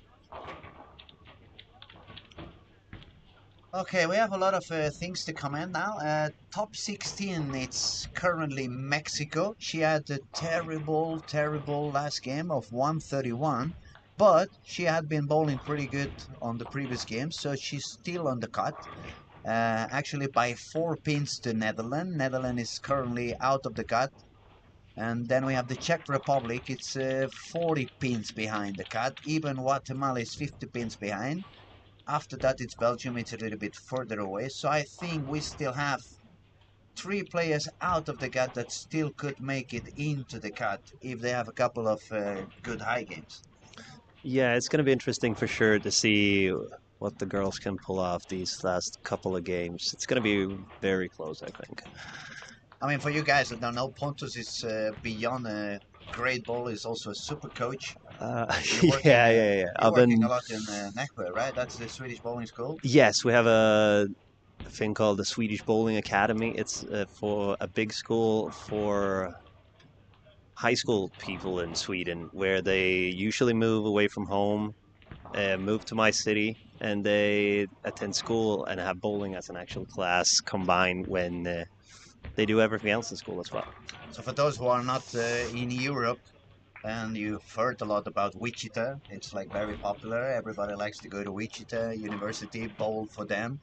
But we have the same thing in Europe, and we have the same thing in Sweden. In a way, it's more or less we could call it the European Wichita, isn't it? Yeah, it's more like the only thing that's different is that we do it on a high school level, and a lot of the people that you might have seen sometimes during the championships throughout the years has usually gone to Nässjö. We usually have like between 50 to 70% of the people that's been going. Like a couple of people the last couple of years you might know is, for example, Robin Ilhammer has gone there. Jesper Svensson has also gone there. I've gone there. Among the girls is Nora Johansson, Anna Andersson. Well, it's a lot of people You have a throughout lot the of years. big names passing through over there. Yeah. Okay, now I found my excuse. That's why I never was that good enough. I never was in Nässjö. Yeah, it would have been hard to have me as a coach when you needed to go to school. But what I mean is that definitely Pontus knows what we're talking about. He knows about the game. He knows about both boys and girls. He's used to help them. He's used to coach them. He's used not to only compete. So whatever he's going to command and whatever he sees through his eyes is going to be good commentary. And as we did with Jesper, if you guys want to pop up any questions, we're going to be more than happy to answer. And you can do any comments you want on Facebook and stuff. I mean, we're here for all of you guys. That's the main idea, the promotion of bowling. That's the main reason for this kind of event. World Youth Cup. I mean, that was my favorite event on the year. The World Cup, when it was Cubica World Cup, that was always beautiful because we used to share rooms with bowlers from other countries. So that always made sure that you met someone new and then you always went home, even when I've been at the top in the World Cup, or even when I missed the cut at the World Cup. It was a very special event, and I believe that we can have these kind of things in the youth as well. It's fantastic. It gives them a place to develop their game, develop their skills, compete against the best bowlers from the other countries, but also make friends for the rest of the life. Yeah, I've been very fortunate to bowl these youth championship for quite a while. My youth championship experience was between 2012 and 2016, so it was a while ago. But I got a lot of my friends throughout those years, and it made it way easier to wanting to travel and compete more, and especially try to beat the best. Cool. Okay, we got some comment up here. Let's see what it says. Paul Moore in the 90s. You've done him dirty there. More like 2000s. Okay, maybe. I don't know. You know, I have a very short memory. I don't really remember when. Yeah, maybe you're right, because back in the late 90s, I was the one that was impossible to beat down in the south of Europe. So probably Paul was a little bit later. It was when I retired. I retired in 2002. I took a big break. I stood away from bowling for about 10 years, something like that. And yeah, probably that's when Paul used the time when I was away. Yeah, Paul been striking a lot Just kidding, throughout the of course. years. Just kidding. No, but honestly, Paul was terrific. I mean, when he found the spot, he started doing strikes, and it felt like he just pressed the autopilot on the Oh plane. yeah, just like He just pressed the press and autopilot, repeat, and it and then was it was like, like, okay, strikes okay, a lot. okay, see you later. We're all gonna fight for the second spot now. So who was that said that? Richard is? Was it Richard? So he's watching. Another big joker. Oh, he's sending a big hack to Richie. Hope we meet again soon, buddy. Maybe for the Lucky Larson. I hope you're gonna be up here and I can give you a big hack. We can have some fun together. We can talk about Paul a little longer. Okay, back to the gills, back to the action. We have on lane 3 and 4, the lefty. She's killing it again from Denmark. She's on top 2 at the moment, but she started with a spare and 4 in a row. Then we have, let's see, oh, Maya, she's struggling a lot now. 4 open frames in In the 4 out of 5. first, yeah, she has And 54 and actually with fifth. a couple of single pin smiths, maybe she's got some issue with the thumb or something. That's not really normal on her, is it? No, her spare game is usually very good. We'll see if she can manage to mark some frames at the end of the game. Try to save this one. Well, she's a very strong competitor, so I mean, probably she had just, you know, lost a bit of focus for a couple of shots, whatever. She's gonna make it back pretty quickly. Yes, for sure. And I don't think there's no reason to panic. I think she Oh, we was got an like, answer from Richie. He says he's definitely going to be here up at the Lucky Larson. It's going to be fun to meet you, buddy. Actually, since we're talking about the Lucky Larson, it's one of those events that you don't want to miss. oh no, it's great. It's I amazing, love the right? Loch Larson. I've been competing in it in every year since it started. And I think it would be fair to say that almost any event going on in Olympia Bowling Alley in Helsingborg, you don't want to miss. It's It's a very special town, very special bowling alley. yeah, it's usually showing the best side of Sweden for sure, with usually great weather, great food, and well, Patrick always has something up in his sleeve, so It always You can always ends up expect having some some fun here. surprises. There's some surprises. Something else is gonna happen Yes, beyond whatever it says, I and usually usually have a it's fun, great time fun here. stuff. Okay, let's see. Let's see how is it going. We're gonna see. We have the girl from Mexico is recovering a little bit and trying to make a better game. And Who else is Netherlands was around the there. cut? Where's Netherlands? She's on 5 and 6, I think. Yeah, she has a double, spare double. So they are fighting it now. It's getting It's tight between the two of them. Yeah, it's getting closer to the cut.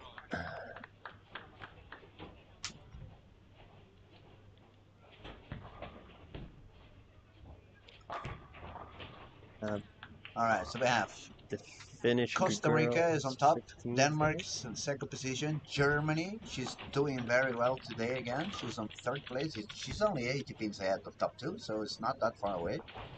Colombia still managing to be up there, 40 pins short to top three. Norway, 50 pins short to top three, even if she had 160, 170, 170. She has been struggling a little bit, but so has she on the previous couple of squads, and she somehow manages to bowl a lot better on game 5 and 6. Let's see if today is the case again. She told me yesterday what she has done at the end of the squad. She was moving further outside, shooting it a little bit firmer, and just using the friction out there.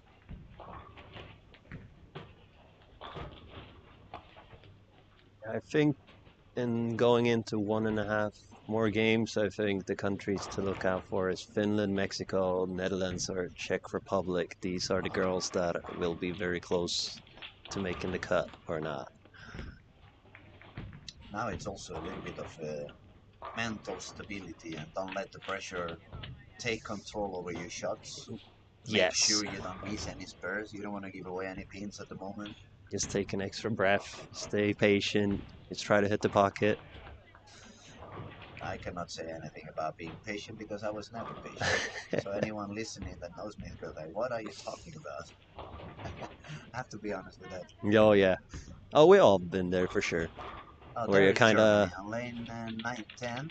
She's working on strike 9, and a double. and there's a spare on my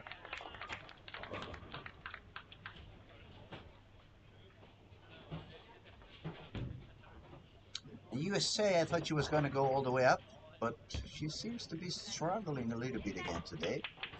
It's 4 games, 1 250, but the other 3 are 170, 160, 170. I wonder what is happening with her. Maybe found a little bit of weirder transition than she expected.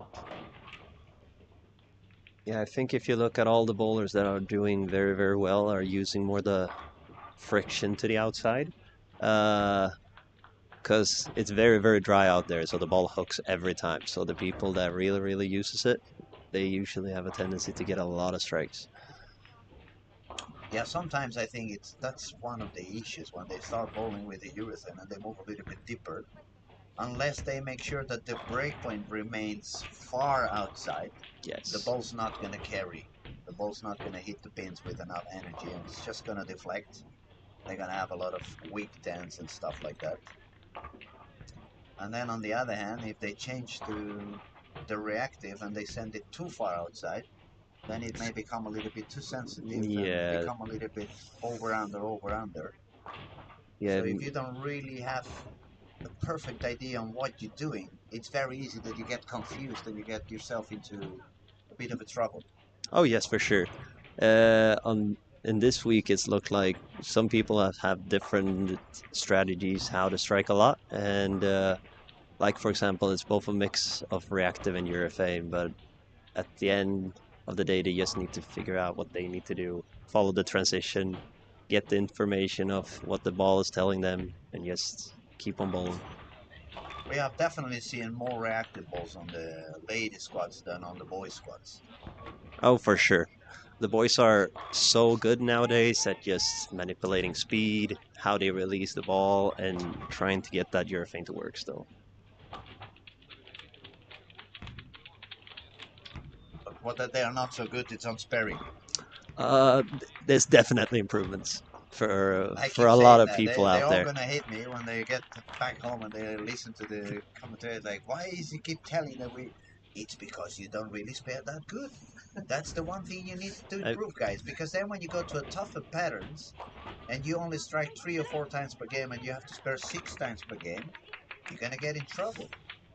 yeah, I think a couple of years ago it was way more common that we didn't strike as much as we do nowadays. People strike a lot more now compared to 10 years ago. So 10 years ago, the spare games was way more important. Everybody made their spares way better. But nowadays, you can just strike your way through it. But they are very, very good at it. So And the way you're saying that, you're making me feel like a grandpa already. yeah, I start to feel old in this company You too. start to feel Yeah, like a yeah, grandpa as well? Not a grandpa, yeah. but old. Older for Like a sure. senior. You're going on I've the been way to very, the very senior. happy when But how some. old are you now? 30? I'm turning 30 this year, 30. but You're 30. still 29. Yes. My God, lucky you. Um, I've been 29. very, very happy this week because some people think I'm younger than I'm actually am, so I'm happy for that. Yeah, you must I'm be gonna live. happy. I'm gonna live for that You for gotta a be long, long real time. happy. It took me 3 razors to shave all my small white Oh shit! head, Yeah, white hair on my head, so I can look a little bit younger, yeah. just a little bit younger. And you look at yourself in the mirror and say, "What happened? Where did all that hair go?" All right, I see what's going on. Colombia is not really finding the spot as easily as she found on day one. She had the same issue yesterday when transition came up. She wasn't really finding the carry. It looks like she's been bowling reactive, although she bowls for storm, so she's definitely not going to use the purple hammer. And it looks like the ball is doing a little bit of waffling down the lane. And as I said just a little bit, a few minutes ago, as soon as she sends it a little bit further outside, it becomes sensitive. Over, under, over, under. Now she made a really good shot just to shut me up. That usually happens when you're talking Sure. on TV. She wanted But to show you. You're wrong. You're wrong, Lewis. what are you talking about? Actually, she would say, ¿De qué estás hablando? That's what she would say, actually. Yeah, my Spanish isn't that good. No worries, no worries. Probably some I'll s- Spanish I'll stay listening for out there, speech. they're gonna agree with me. Like, yeah, she would probably tell you, shut up. I managed to say it without any bad words. You see, pretty good. I'm getting better. I'm growing mature as well. Okay, How's the girl from Netherlands, the Rosanne? Oh, she can get to 230 this game. She's on lane 5 and 6. that's gonna make a move up for sure. Definitely for sure. We have Mexico, Mexico. Mexico. She's on If she 15, doubles, 16. she still can make 200. So that's Stella okay. from Finland can shoot And 200 if she spares this one. And definitely doubles the something last is frame. happening with Maya.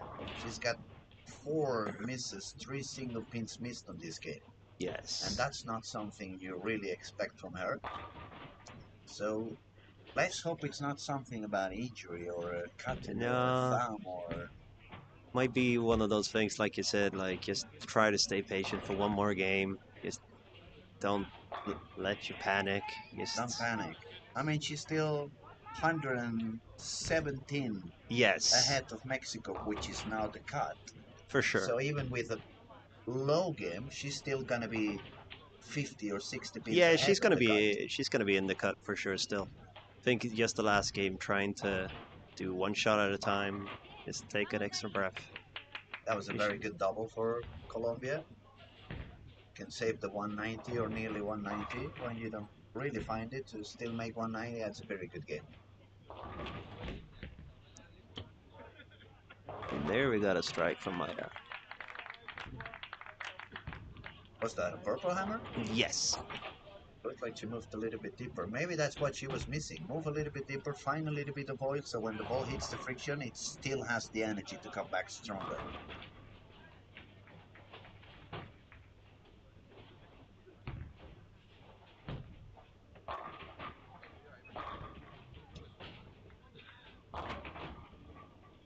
And Australia is fighting all the way up.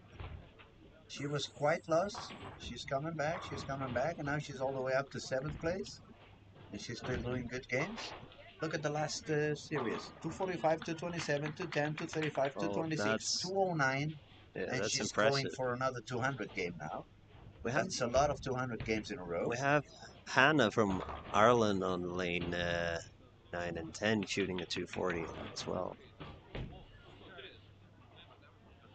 Where is she standing now? She was 14th going into this one. 14th. So She's definitely making I her guess spot. it's fair to say that the people from Ireland are happy to have Chris in the house, right? Chris Lowe. And as soon Well, as he arrived, things seem to have start to work a little bit better for both the boy and the girl in Ireland. yeah, it's almost like he's knows a thing or two about He may bowling. know a little bit, yeah. And I'm surprised none of them is throwing the ball 60 feet down the lane yet. No, that's usually his thing. Yeah, you can see we have comments for everyone and everybody. Yeah, no one's safe, right? Nobody's safe. Nobody's safe.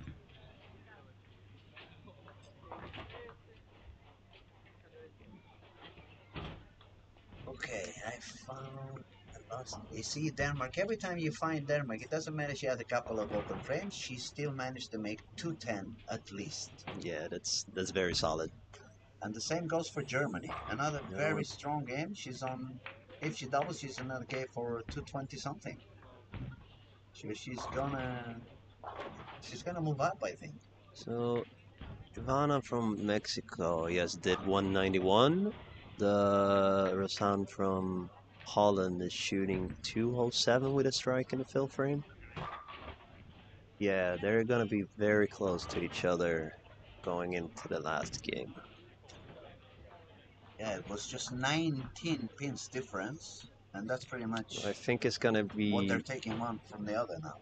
yeah, I think Rasan is gonna be 2 pins ahead if she strikes in the fill frame going into the last game.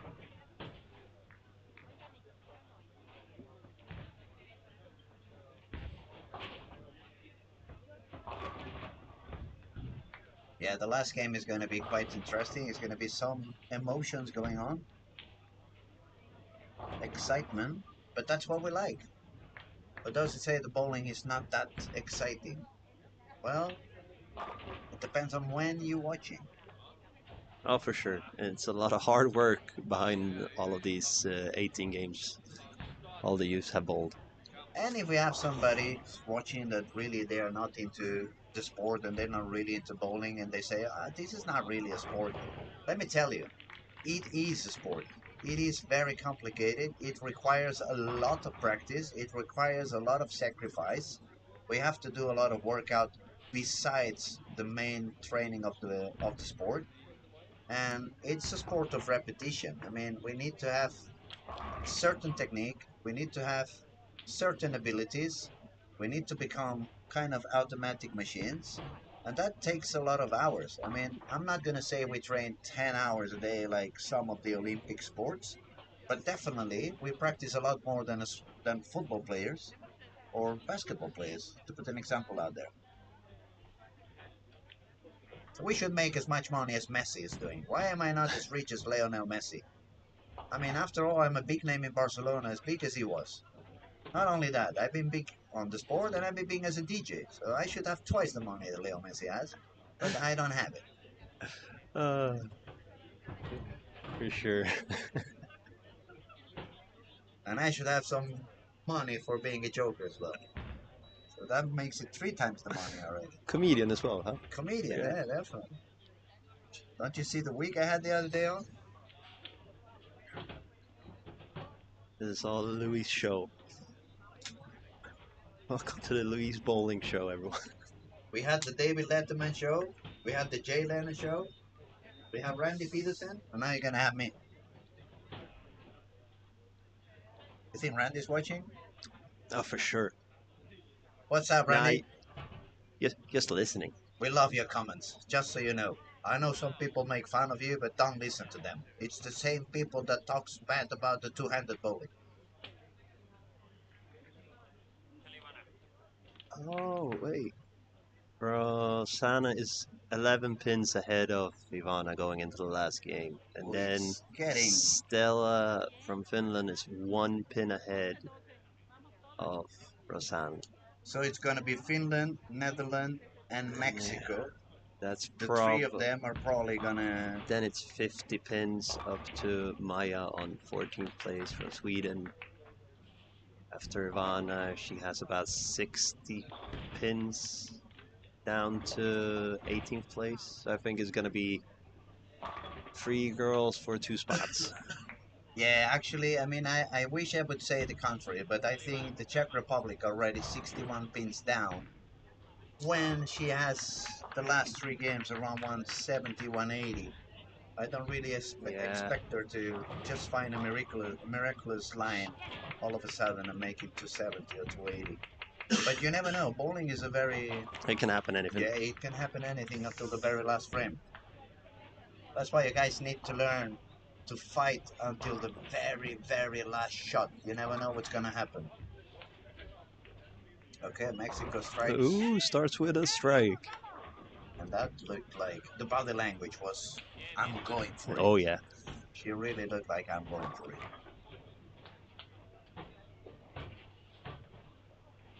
Got Finland on lane 15. Oh, Starting with a moved all the way strike. to full spot. Singapore moved up, yeah? All the way up to fourth place, I think. Yep, 235. 235 and Colombia 170, so that was the jump. Yeah. And Jen is still holding up there, even if she's 4 games in a row below 200.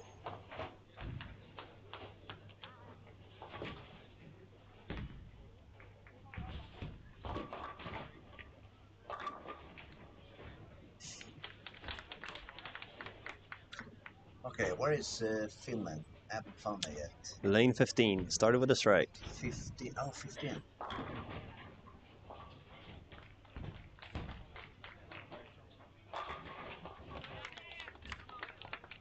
So actually, Mexico and Finland are gonna control each other because they're bowling pretty close, one to the other one. I have the girl from Holland on lane 7.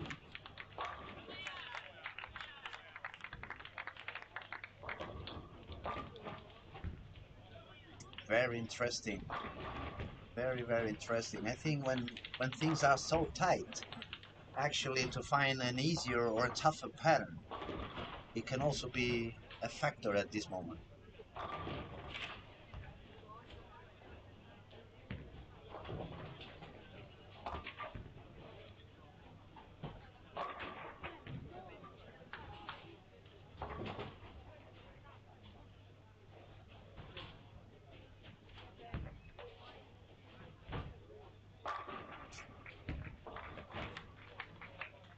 There's a lot of tension there. Cuts like a knife. Oh, definitely. Well, I'll this tell is. you one thing. I wouldn't like to be on their spot at this moment. It's been so long I Yeah. haven't bowled anything serious. I don't feel I would like to enjoy the pressure Well, at the moment. well, this is also the difference to bowl 15 more games. So it's a big cut and still have the possibility to crown World Cup youth champion. No, I mean, and that's it. If you want to win something, you have to fight for it. You have to suffer it. Nothing comes for granted. So definitely you need to suffer if you want to get up there. And the important thing is just to get in the top 16, then everything tomorrow starts from 0. Oh, Stella from Finland got a double.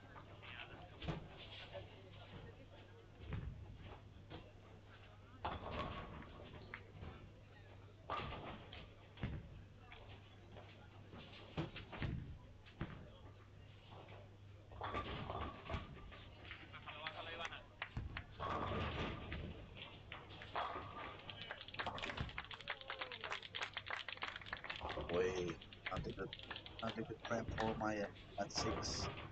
Hopefully she can Yeah. spare and she just stabilize her mind. Yes. Because if she starts getting open frames again, like on the previous game, then it's going to be an issue. Yeah, she started off pretty good with a 9 spare strike, so hopefully we, she gets a mark here and just moves on. Yeah, that's a good spare. Very That's a important spare. spare. So just Very important. one shot at a time.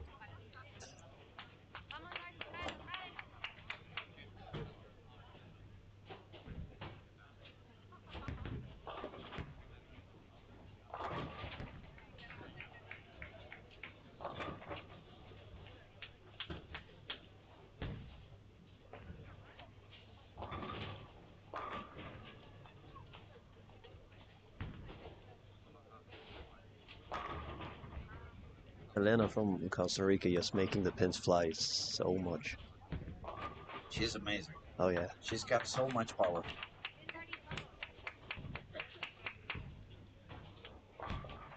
I was actually having some attention to lane 7-8. Germany's playing there.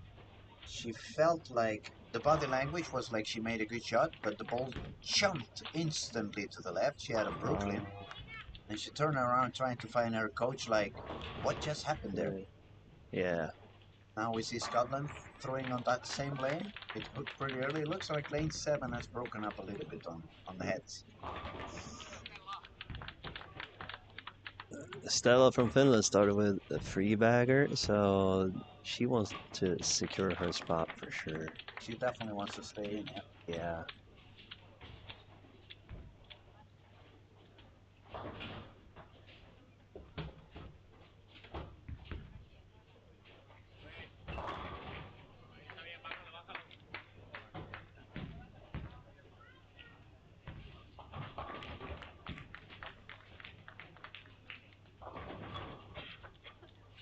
And Costa Rica seems to be very comfortable again. She's just moved in, swinging out with all that power. I mean, must be easy. Just go in, let it go out there, and the ball's gonna do the rest. Yeah, it's when I watch her bowl, it's more like the only thing she needs to do is try to match up with the transitions and how the lanes are changing, and then it's just repeat, repeat, repeat.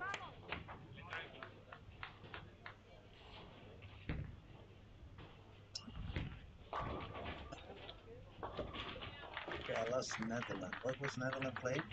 7 and 8. 7 and 8. 7 and 8, right. And she's working on spare strike and looking for another spare. So it looks like Netherlands and Mexico at the moment are gonna fight for that last spot since Finland has Yeah, begun. she's Stella is like 20 pins before them, so she's got a little bit of advantage. She's going. got a bit of an advantage, and now she's got 3 to begin the game with. So And Maya, that was 50 pins ahead, has started with 4 marks, so she's just staying safe. yeah, keep it steady. Don't do anything crazy. Should be safe.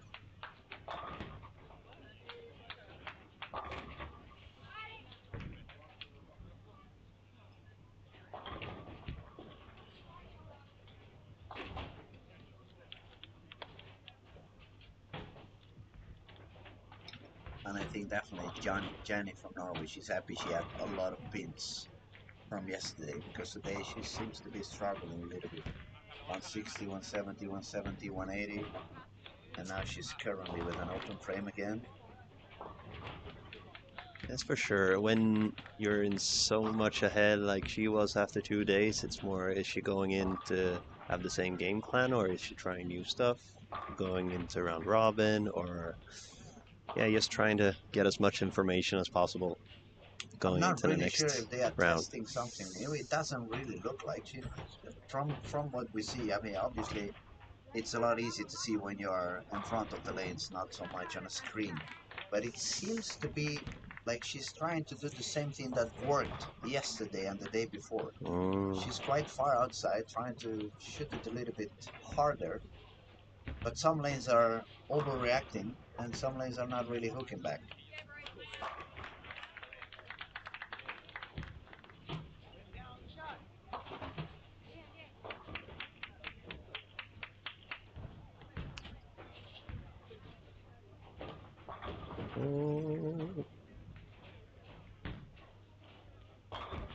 see, she's pretty far out there. Yeah. Now she got a strike. Yep. So Rosanne from Netherlands just had 2 opens in a row, so that gives Ivana from Mexico a little bit of advantage going into the second half of the game. And Ivana has, in fact, quite a simple outside game. She's bowling pretty much on the spot that seems to be working in here today. And she has a solid high-speed shot. So I wouldn't expect Ivana to get into a very big mess at any point. I mean, she's hitting the head pin, taking the spare, taking the spare here. She's right from time to time. It's getting tough. It's getting tough.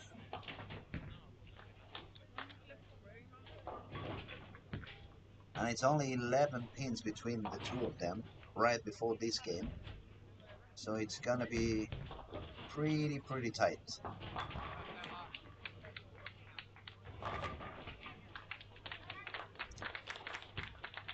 It looks like Costa Rica is gonna keep the top or leading position. She's got 3 strikes and a couple of spares. And Denmark is on the 6th frame with 1 open frame, no double yet. And there was a few pins of distance between them. So it looks like Costa Rica is going to stay on top. And actually, depending on how high or low the game goes on Denmark and Germany, that's the only thing that I could see happening up there. Maybe Germany jumping all the way up to the 2nd place. She's working on a 4-bagger. Maya from Sweden just marking her frames. Almost safe now to make top 16. Now every spare is super important. So finally the game is coming to what I've been saying for the last 3 days. You need to spare.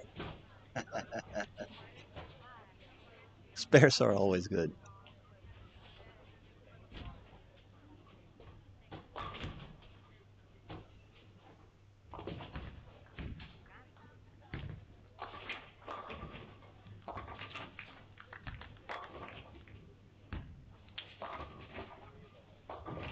Split for Germany. That's gonna stop her from jumping into the 2nd place. Stella throws another strike. She's still 20 pins ahead of Ivana and almost 30, 40 pins ahead of Rosanne.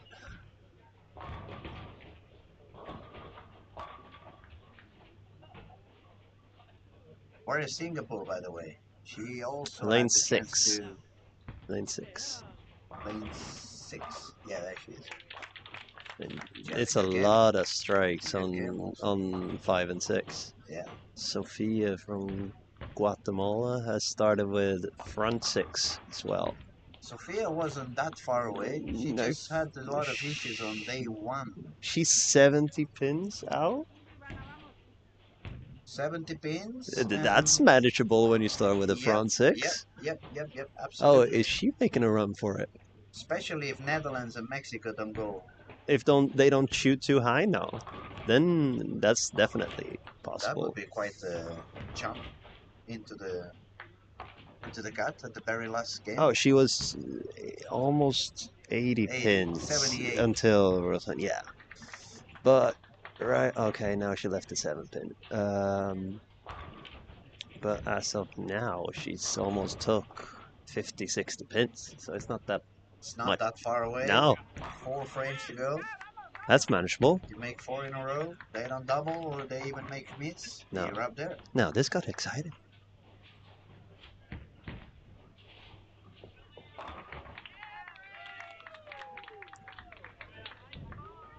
Maya just playing safe now. Oh yeah. Now she's just marking her frames, making sure she gets to bowl. It's gonna be more than yes, enough for sure. Very happy for both her and Robin. Get to bowl more. Got even further out this time. Now she was really out. I'm talking about Norway, Jenny.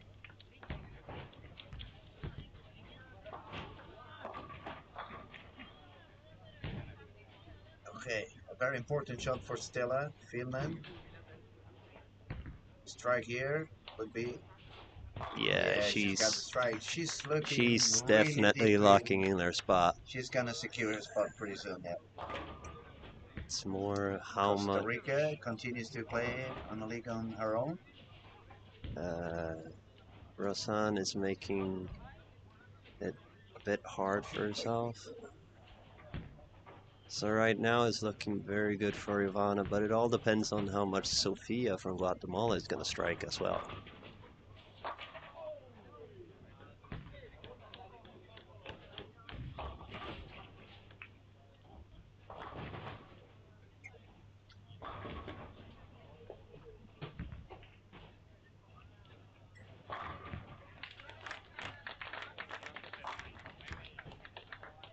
Netherlands is definitely getting into issues. Yeah, Sofia got another strike from Guatemala. So she's on a 279 pace. I mean, look at that.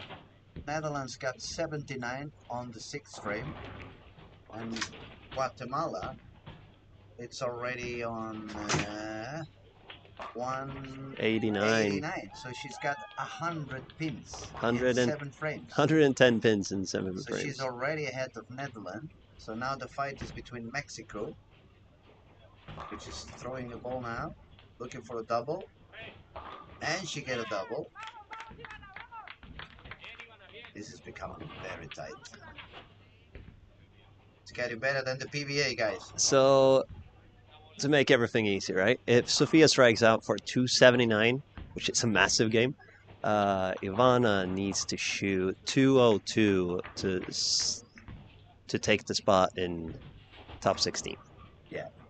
And Finland is making her job in. Yes. Maya is making her job in. So that's going to make Netherlands fall down. And it's all about, yeah, as you said, it's going to be between Mexico and Guatemala. Everything is going to be between Spanish countries. Rosanne can still strike out for 199, Holland. We'll see if that's enough, but then she needs it all. She definitely needs to strike out if she wants to survive this.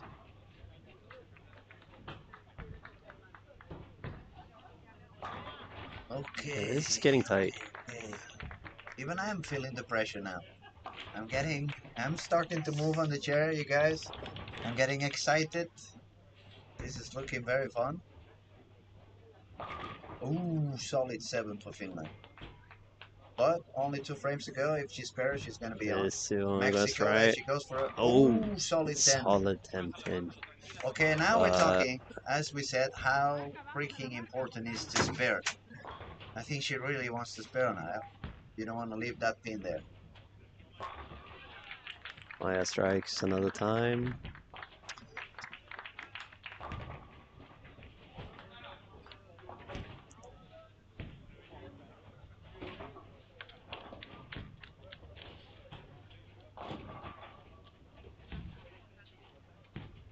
Yeah, she got it. She got it. Easy. Still looking pretty good for Ivana. She's on a 203 pace right now with a strike, 9 spare strike. 31.88.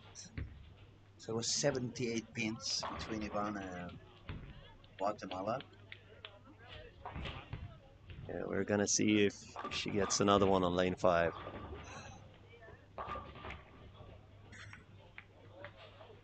He shot for her.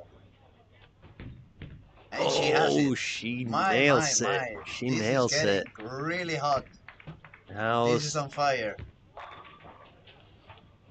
So if Sofia strikes out 279, Ivana needs 202. Rosanne would need 191. And I think Rosanne only can get to 179 if she strikes out in the 9th and 10th. Yeah, right Rosanna now. has issues at the moment. I mean, if we had to say, probably Ivana is the one that has it more easy at the moment, if nothing else happens. Because...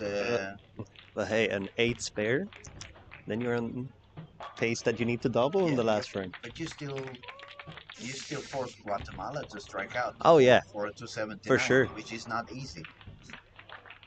Yeah. Well, it's only the 10th frame, but I wouldn't like to be there. We'll see what happens.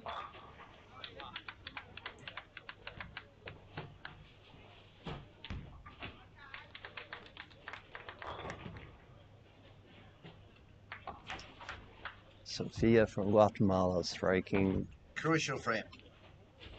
the... Crucial frame. Missed in, missed in, missed in, missed in. She gets a strike! It Mamma falls! mia! How about that? She tripped a 4-pin on a Brooklyn as a lefty. My God! Oh, and Ivana's got a Ivana strike as strikes. Ivana needs a spare 9 in the last frame to get the spot. Oh my God! If Sofia strikes out. Jesus. Is she striking another one? Is it happening again? 268. 268. Okay, 268, so that means 68. Then she needs Ivana to 193, miss. right? She needs Ivana to miss. If Ivana marks, Mexico is gonna make it into the final. But amazing comeback for Guatemala, Yeah, what a right? when you're 80 What a pins comeback. behind the cut. My God.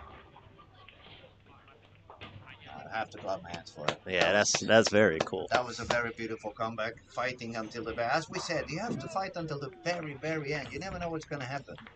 So everybody can check out lane 13, 14. Ivana's gonna bowl on lane 13 in right? just a while, and she needs a mark to make it.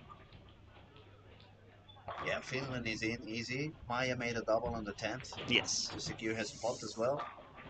And there was no one else that could drop down because there were... Who was 14? Maya. Maya was 14th and she was 50 pins ahead. And Malaysia, yeah, that was... Malaysia was 3 pins by 18, that was 50 pins ahead.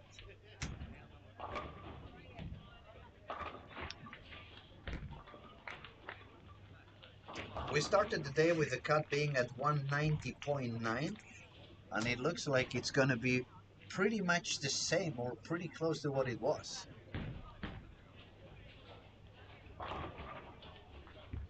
Oh, I saw a 5.7 on lane 13. For a moment, I thought it was Ivana, but no. Oh no, it's that would have been a dramatic end. Oh, by the way, Elena from Costa Rica has shot another 240. She's playing in a league on her own. She's having fun this week. So she's going to be in the top, and Denmark's going to be number 2. I have lost her. Probably. Yeah, 191 on lane 17, 18. So that's going to secure her second place. Okay, so let's see if Ivana makes a mark on lane 13. Yeah, that's this is a mark to make it to the next step. Top 16 up here. Looks good. Missed a little bit in. Oh, that's a good 8. That's a good 8. Good 8. That's a very good 8. Because the 3-6-10 would have been not the spread I would like to have. No, not at this moment. I'd rather take the 3-6. Yeah.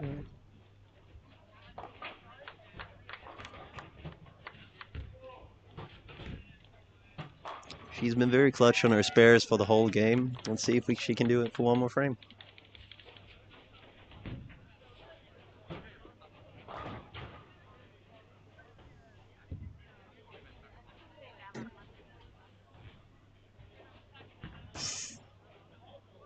Ooh. She got it. Ooh, the chopper was so close. 193, that's what she needed, right? So he just... she gets to 203 with a strike in that's the fill. What I mean. Yeah. All she has to make sure is she doesn't step on the foul line and hit one pin. She is safe.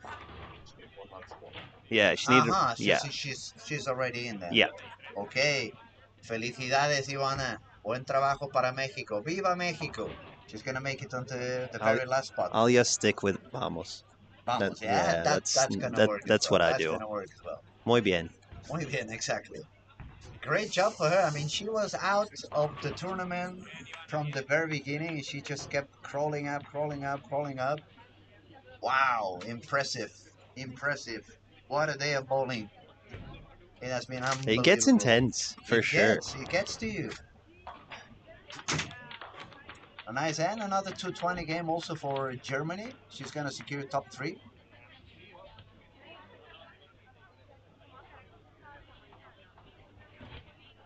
Very solid. Started with 170, then 220, 220, 220, 220, 220. These girls can bowl. Yes. These girls definitely can bowl. Oh, for sure. A lot of It's talent been out there today. It's been mesmerizing. and tomorrow when it's round robin format, it's going to be very exciting to see. It's How gonna be fun to watch. Ladies and gentlemen, that's all for today. We want to thank Pontus Andersson, Jesper Svensson. He was here also before with us. Thank you very much, Pontus. Thank you. It was great. Appreciate you having here. We learned a lot with you guys, and it's very fun. Everybody, welcome back to the Lewis Show. Yeah, we'll be Well, back. We'll be back at some point. Time for us to go and get some interviews from the top 3. And stick around, you ladies and gentlemen. It's all for the good of bowling. We love you, and I'll see you soon. see ya.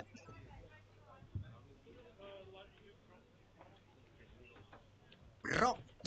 Yeah, I'm going to take a picture also. That's it. With the Make it. coffee. Yep. You're going to go do it.